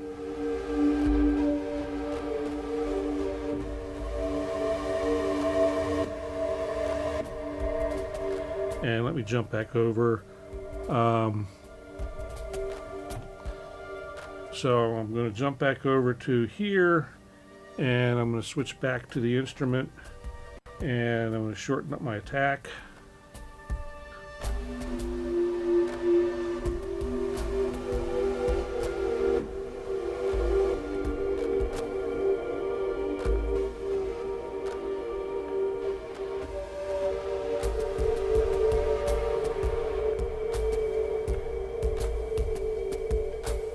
So, you know, I get all the fun with a lot more, with I think a lot more flexibility. And I don't know how to use the thing because, like I said, I've just started playing with it. But oh, so here's the so right now you can't see it. Let me bring that up full screen. Cam 2. So here we're getting into the delay time and stuff so it's in there, it's just not on the UI for some reason, but this is all the delay, and reverb is here. Yeah, of course the same thing, you know, and you know, if I wanted to, Paul, you know, let's see, go back to the PC.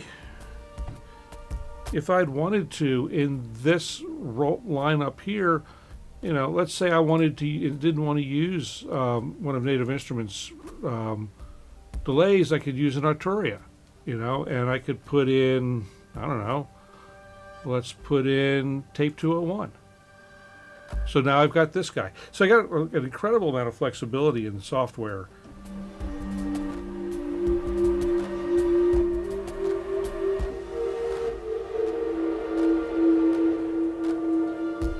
And then I wouldn't even really need the black hole, I don't think. And I could probably say, I don't know if I can drag things in different order or not. Now, one thing I don't like about complete control is I can't just swap the order. But I could just as easily have taken all of this setup and done it right down in, right down within Ableton Live. The downside to that is that I don't get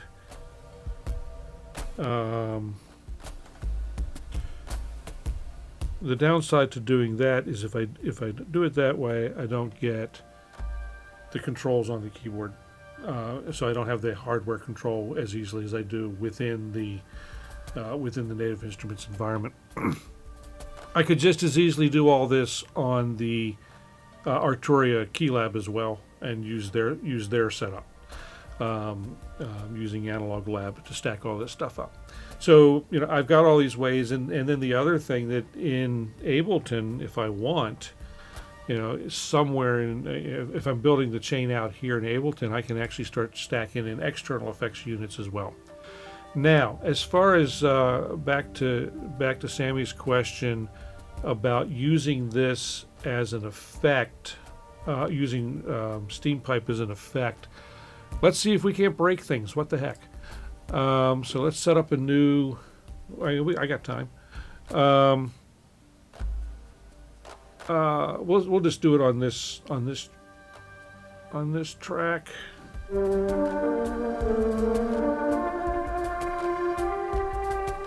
All right, so let's see if I can get. I don't know if this will work or not. We're going to try it. So let's go to plugins, audio effects from Native Instruments, Reaktor 6 effects. Drop that in there. And let's see now if I can open. I got to find the thing again. There's crude. Oh, where is it hidden? Is there a different way to do? Is there a better way to do this? As Jeff would say, I've gotten derailed, but that's okay. Well, here's a question. Before I get too far down this, can I use... I cannot use complete control. Is that... Okay, that's cool. So, I just have to find where Steampipe lives. So bear with me while I try and figure that out.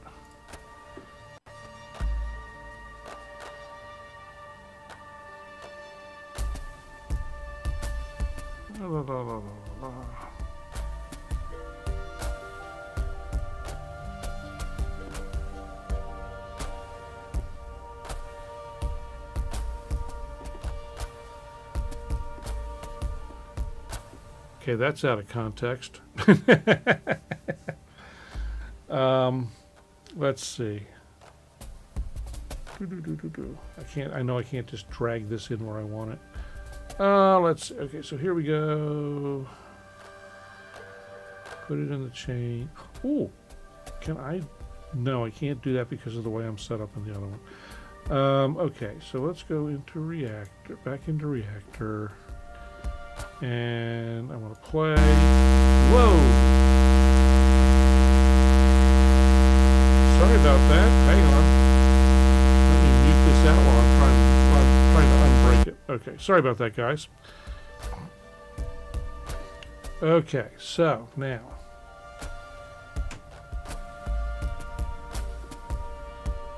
That's interesting how that just grabbed that, like, instantly.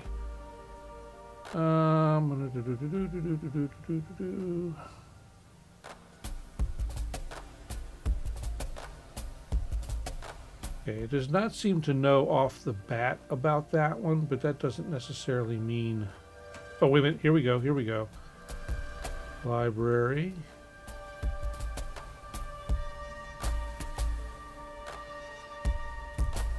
Let's see. Steampipe 2. Okay, so now I have that loaded. I have no idea what this is going to do when I turn this back on, guys.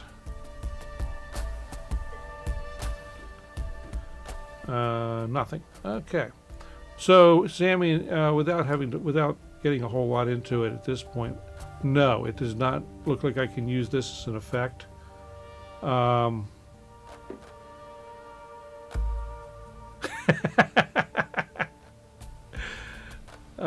But let's see. Maybe they have it listed as maybe they have Steampipe as an effect now.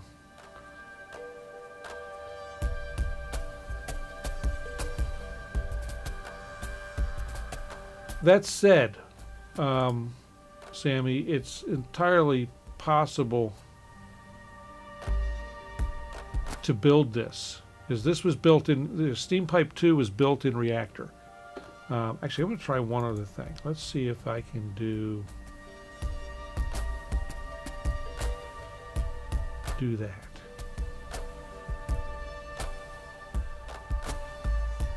So audio is getting to it. I can see that, but it's not getting through it.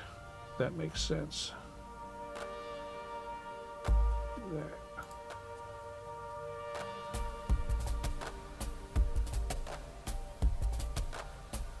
Yeah, you can see that it's getting in, but it's not getting past. And it may just be that I don't know what I'm doing. So, it might be something that I can figure out at a later date.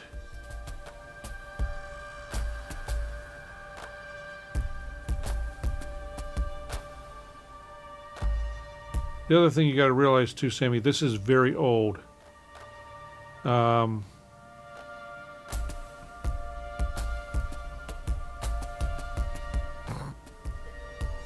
So, and Sammy, I don't know what DAW you're using. If you're using Ableton Live, running external effects, again, assuming you've got enough ins and outs on your audio interface, there's an external audio effect that you drop in the chain, and then you tell it what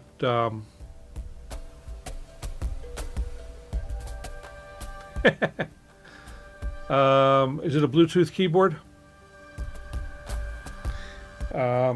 Your Bluetooth on your keyboard may be if it's a Bluetooth keyboard, it may be interfering with the Bluetooth control for your AV receiver. I know that can do a thing. But anyway, Sammy, in here I can create a loop. So this comes down the chain, goes to, pick an output. I can use the alternate outputs on my audio interface. Loop that to an effects chain, external effects chain, and then bring that audio back in on the appropriate input, an available input, which in my case would be playpen. So I can go out 3, 4. In the mixer, I can route where I want that to go to effects units, and then bring it back in, and so that way I can use external effects. There's an external instrument device too. Your DAWless, okay? Only using GarageBand.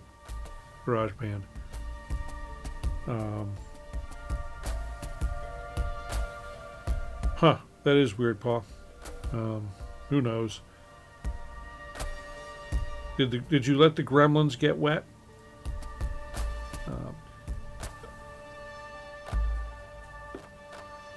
So I don't, Sammy, I don't know how, let's see. Yeah, I don't know how, I mean, this would plug into GarageBand, because I think you can host VSTs and AUs in GarageBand now. But yeah, if you want to be completely DAWless, then you're probably going to have to go hardware. Or for the price of for the price of the Steampipe hardware, you could buy a computer, put a DAW on it, and an audio interface, and complete. And what can I say? for the price of that one piece of hardware, you can set yourself up to do, all kinds of stuff. I get the allure of DAWless. I really do, because as I've said earlier, I love the physical knobs and whatnot. But there's also a lot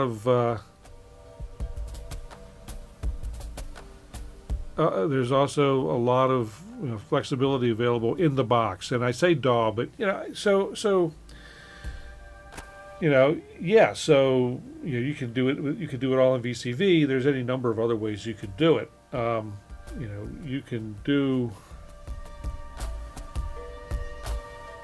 You can do a heck of a lot just within the stuff that comes with Native Instruments Complete too.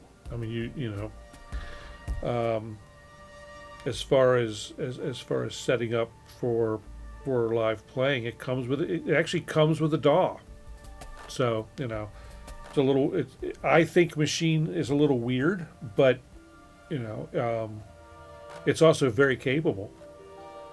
It's just laid out a little strangely. So everything you need in one box. As long as you got a computer and an audio interface, you're good to go.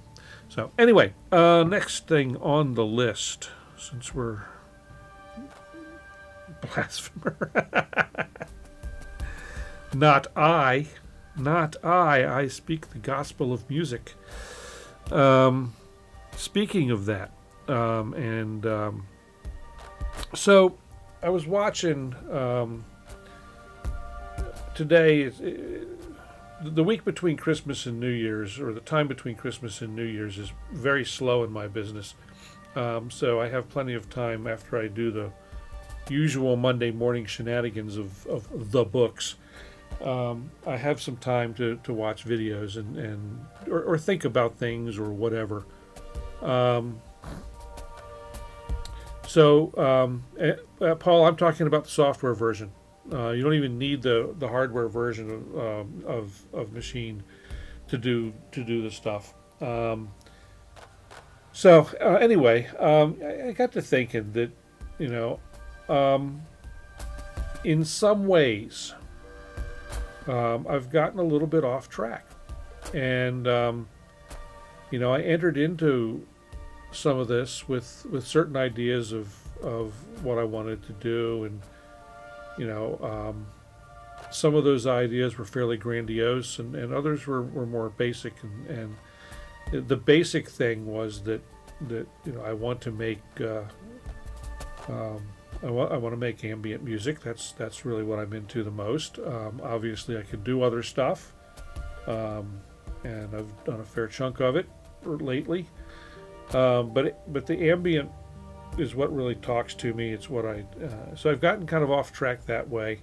I've gotten off track in some other areas of my life. And I was watching a Signs of Life video today, and part of the discussion was exactly that, was getting off track and getting back on track and getting things aligned. So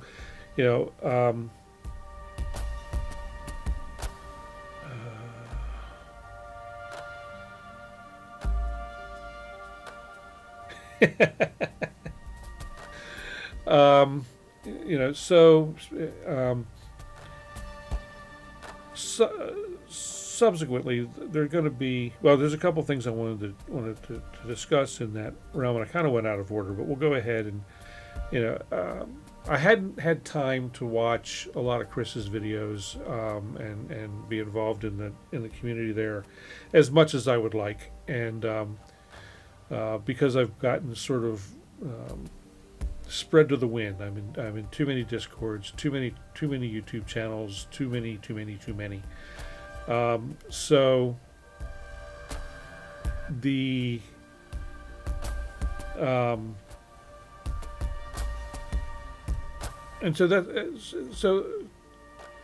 I've been thinking about that for a week or so. Anyway, just like what am I doing? Why am I? What's going on?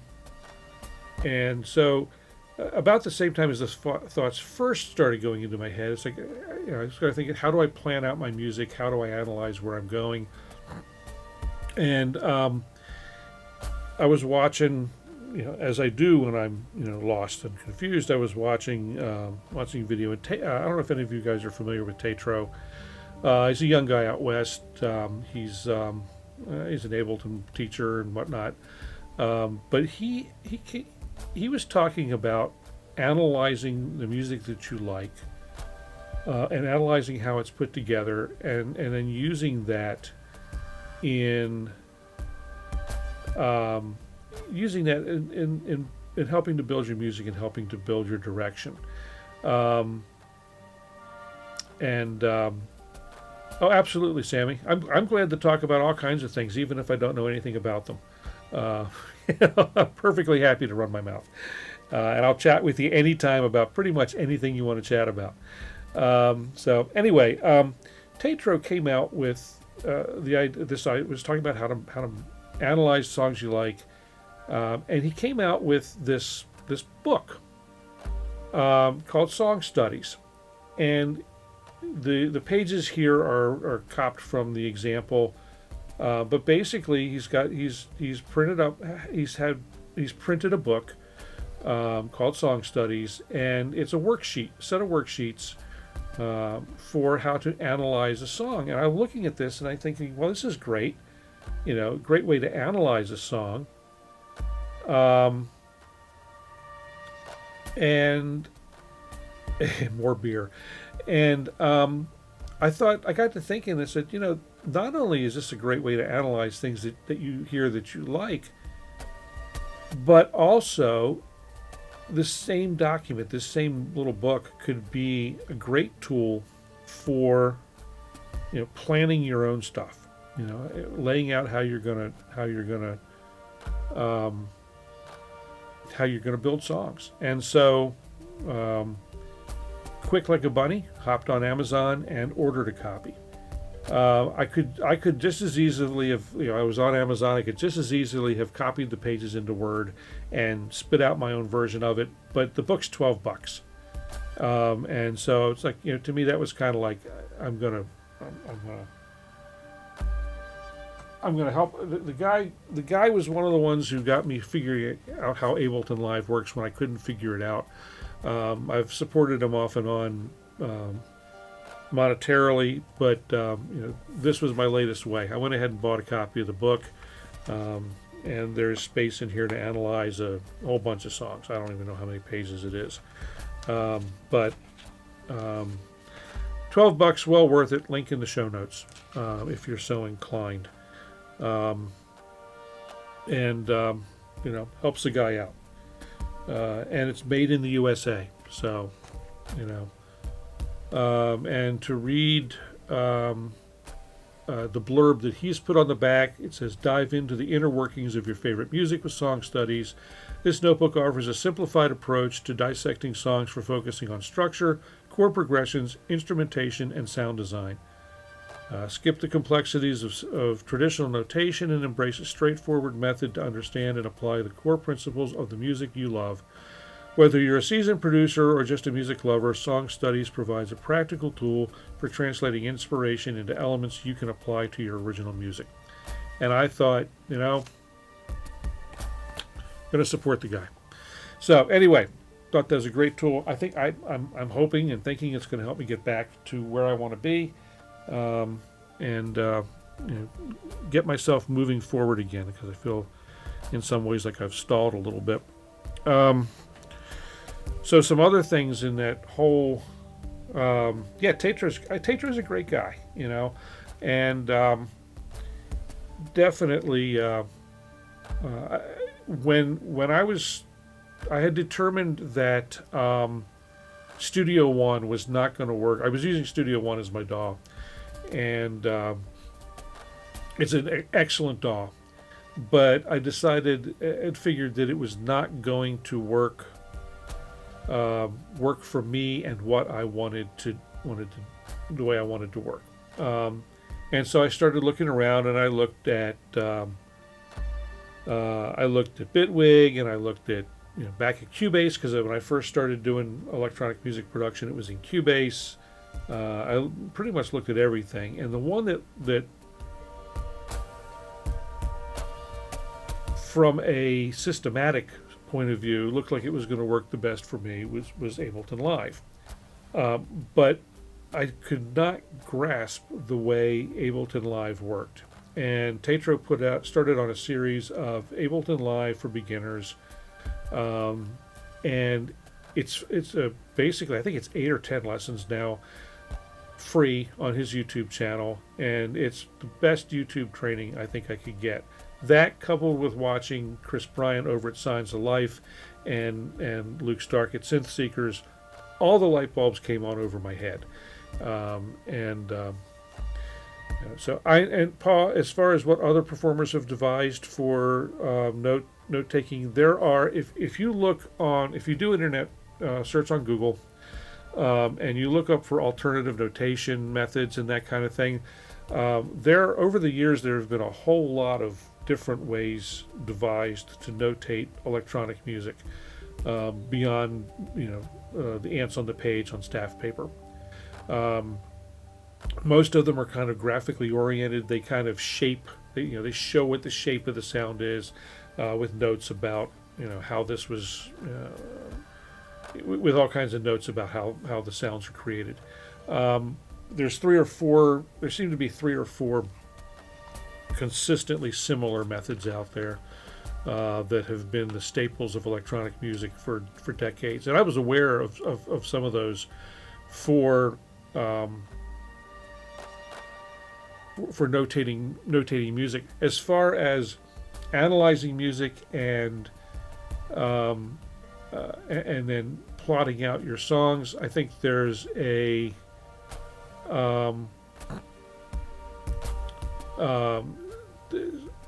when you start getting into those kinds of things, it's like buying a planner, one of the a planner calendar thing. It's a very personal kind of thing.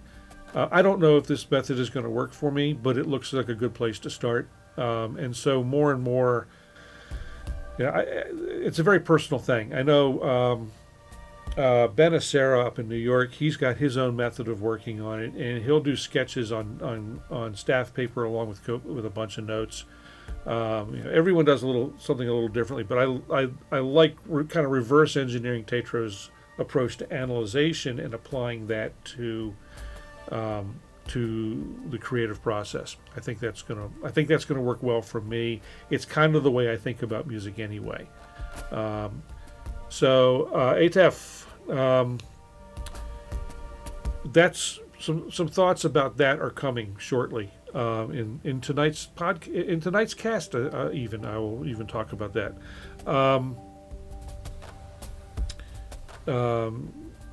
2 topics from now, so stay tuned. Other things that I've found that have been distracting me from music, and not just distracting me from music, but where I waste a lot of time is on social media. And social media is becoming more and more and more toxic every day. It sucks the life out of me. And so the folks at Meta, which are Facebook, Instagram, and Threads, are rolling out a new set of terms of service. They spit them out the door last week. They go into effect day after tomorrow, and I find them onerous. On Christmas Day, which was my late father's birthday, I actually axed his Facebook account. I backed up his Facebook account and killed it off. We had kind of had it up in a mode so my mother could look at stuff. Well, she's getting less and less interested in the crap that's getting thrown at you by Facebook. So after however many years he was on, we axed that. My accounts will be going away by the end of tomorrow. So I will bring the book over next time I come over, Paul, which we'll talk offline about what the date for that's going to be. So I'll put it in the bag and have it with me the next time I come. Now on to ATEF's burning question. So there's going to be, everyone hates the future of the video, or the future of the channel videos. Probably nobody more than me. I think they're horrible. There are many other messenger tools, Paul, that are equally as handy, and they don't come with the meta baggage, and we can talk about that too. I've kind of sort of moved to a couple of the other ones already because of family and friends, what they're using when I need to talk to people in other parts of the world. So anyway, so I'll be axing Facebook, Threads, and most likely Instagram as well. As much I do like Instagram still, but I'm probably going to end up axing it as well by the end of the day tomorrow. I've already done the backups of everything. And so that's ready to go. Let's see. Next thing, even though I've said I'm getting off track, January is going to be a month that is so busy and convoluted that I will not be doing Jamuary this year. I had wanted to, but other things have come up frankly more interesting. So I'm going to set that aside. And starting in February, I think, in addition to the regular Monday night streams, they will continue. They're not going to stop. They're going to be at 8 o'clock, just like they Eastern. But starting in February, there's also going to be some additional streams and/or produced videos that'll be launching on the channel. I'm hoping to do an additional video every week. The subject will probably rotate, but certainly the multi-poly will be in there. Adventures with the Polybrute will be in there. I'm going to be digging into the wave state as well, plus software stuff. So look for a lot of that kind of stuff, ATEF and like I say, multi-poly, wave state, Polybrute, various software things. And like I said, that content will rotate as to what the particular subject is. But so in the next few weeks, you'll start to see more stuff like that popping up. And so that's that. Let's see. And I've run out of show notes. So that means we're to the end of the coming up to the end of the talking segment for tonight. And we should probably, those of you who are still here are probably tired of listening to me anyway. I know I get tired of listening to me after a while. So anyway, and just Paul, real quick, some of the other ones that I'm using, the other messenger type things that I'm using are Signal and WhatsApp, and I've chosen them because they're secure. The terms of service are not onerous, and if they're good enough for the for the three-letter agencies, they're good enough for me. So, that was part of the drivers behind the choice. I've got friends who are military or three-letter agencies. They're deployed in various parts of the world, and that's what they've standardized for use. So that's where I'm sticking. As far as social media platform, I'll be concentrating on Blue Sky, at least for the time being, and my website. So these things apply. I will be here on YouTube regularly. I'll be in the various Discords, and of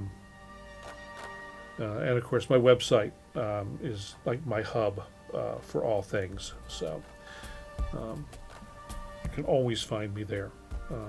It is sad, Paul. But the social media has declined into most social media has declined into toxic wastelands, and the straw for me. Excellent, Asaph. I'll look forward to seeing you there. if you go to, well, yeah, and YouTube is my performance home. Absolutely. I'm not leaving YouTube. I've never quite grasped Twitch. Maybe one day I can, get that through my thick skull.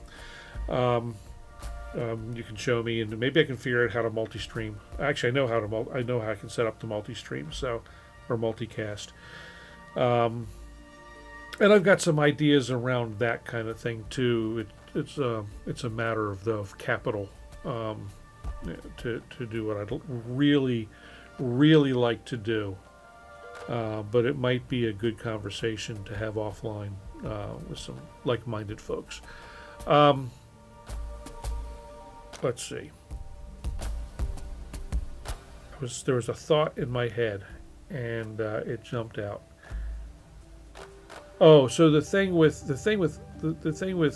yeah, I got too many. I got a lot of Ulster friends there. The problem is, in the last couple of weeks, it's gotten to the point where if I go through my stream, roughly 25% of what shows up is actually the stuff that I went there to see. And it's just too much other frankly obscene crap. And I just, I'm done with that. So anyway, that's enough of that silliness. Let me go back to making some music. I've broken everything in the setup, so this will take me a little bit to, Twitch is where you stream. And like I said, I've never really grasped Twitch. I'm certainly willing to look at it, but I don't want to. It's another one of those things I'm getting pulled in too many directions, and so I'm trying to concentrate so that I can concentrate on making the music. That's really what it's. That's really, making the music, talking about music, and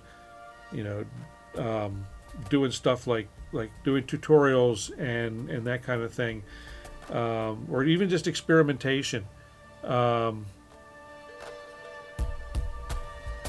Paul, yeah, maybe. I mean, I get just as much crap on my phone or on my iPad as I get on the computer. It's I'm like I said, I've had it with that world. And yeah, there's so many different social media platforms now. It's like, how do you choose? And so what I've looked at is the tenor of the community. And I have tried MeWe and a couple of other offshoots. Blue Sky is just the one that seems to fit with me the best. And there's not a lot of my friends there yet. But I'm trying to get some of them to come over. It's those who don't come over, I'll have to talk to on the telephone.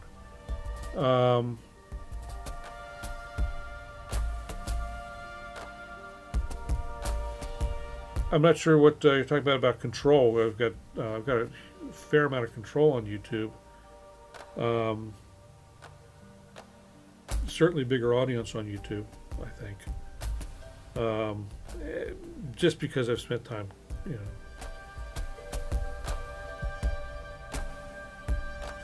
Yeah, I was one of those one of those first Facebook users too. So when it was invite only, I was on Google's stuff when it was invite only. I've been farting around with this online. I've been farting around with online community stuff since well before the internet even existed, and so it is sad to me to see the way that social apps or social platforms have devolved. I think there's a lot of there could have been lots of good stuff. Streaming live in Premieres is easy. Uploading onto YouTube is easy, and you get choices as to whether it's public, whether it's private. There's like 4 levels of privacy, you can say so it's shared only to people who have the link. You can control it so that it's shared only to for various gateways to control that. So it's a usable enough platform. I mean, you do have Google, YouTube, Alphabet, whatever their whole thing is. They've got their baggage too. Everyone does, but I Google's at least reasonably responsible. You know, I really the only thing that drives me buggers about YouTube is that I'll spend a lot of time training the algorithm, it's so the algorithm gets trained, and then for whatever reason I'll do something outside of my normal viewing, and it blows up everything, and then all of a sudden all I have is this other topic, and everything that I've worked hard on to get lined up so it's showing stuff that I want.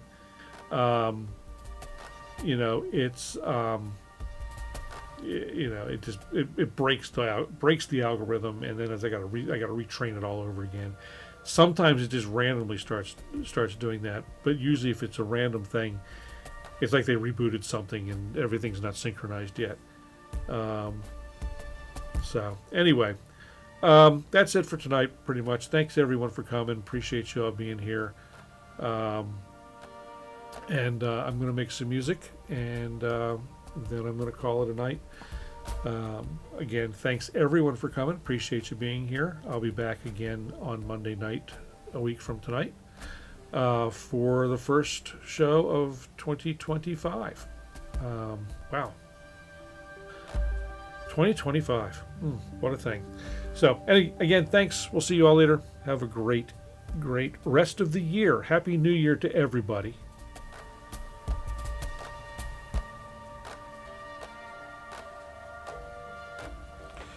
And let's see if we can make some music. This will be fun.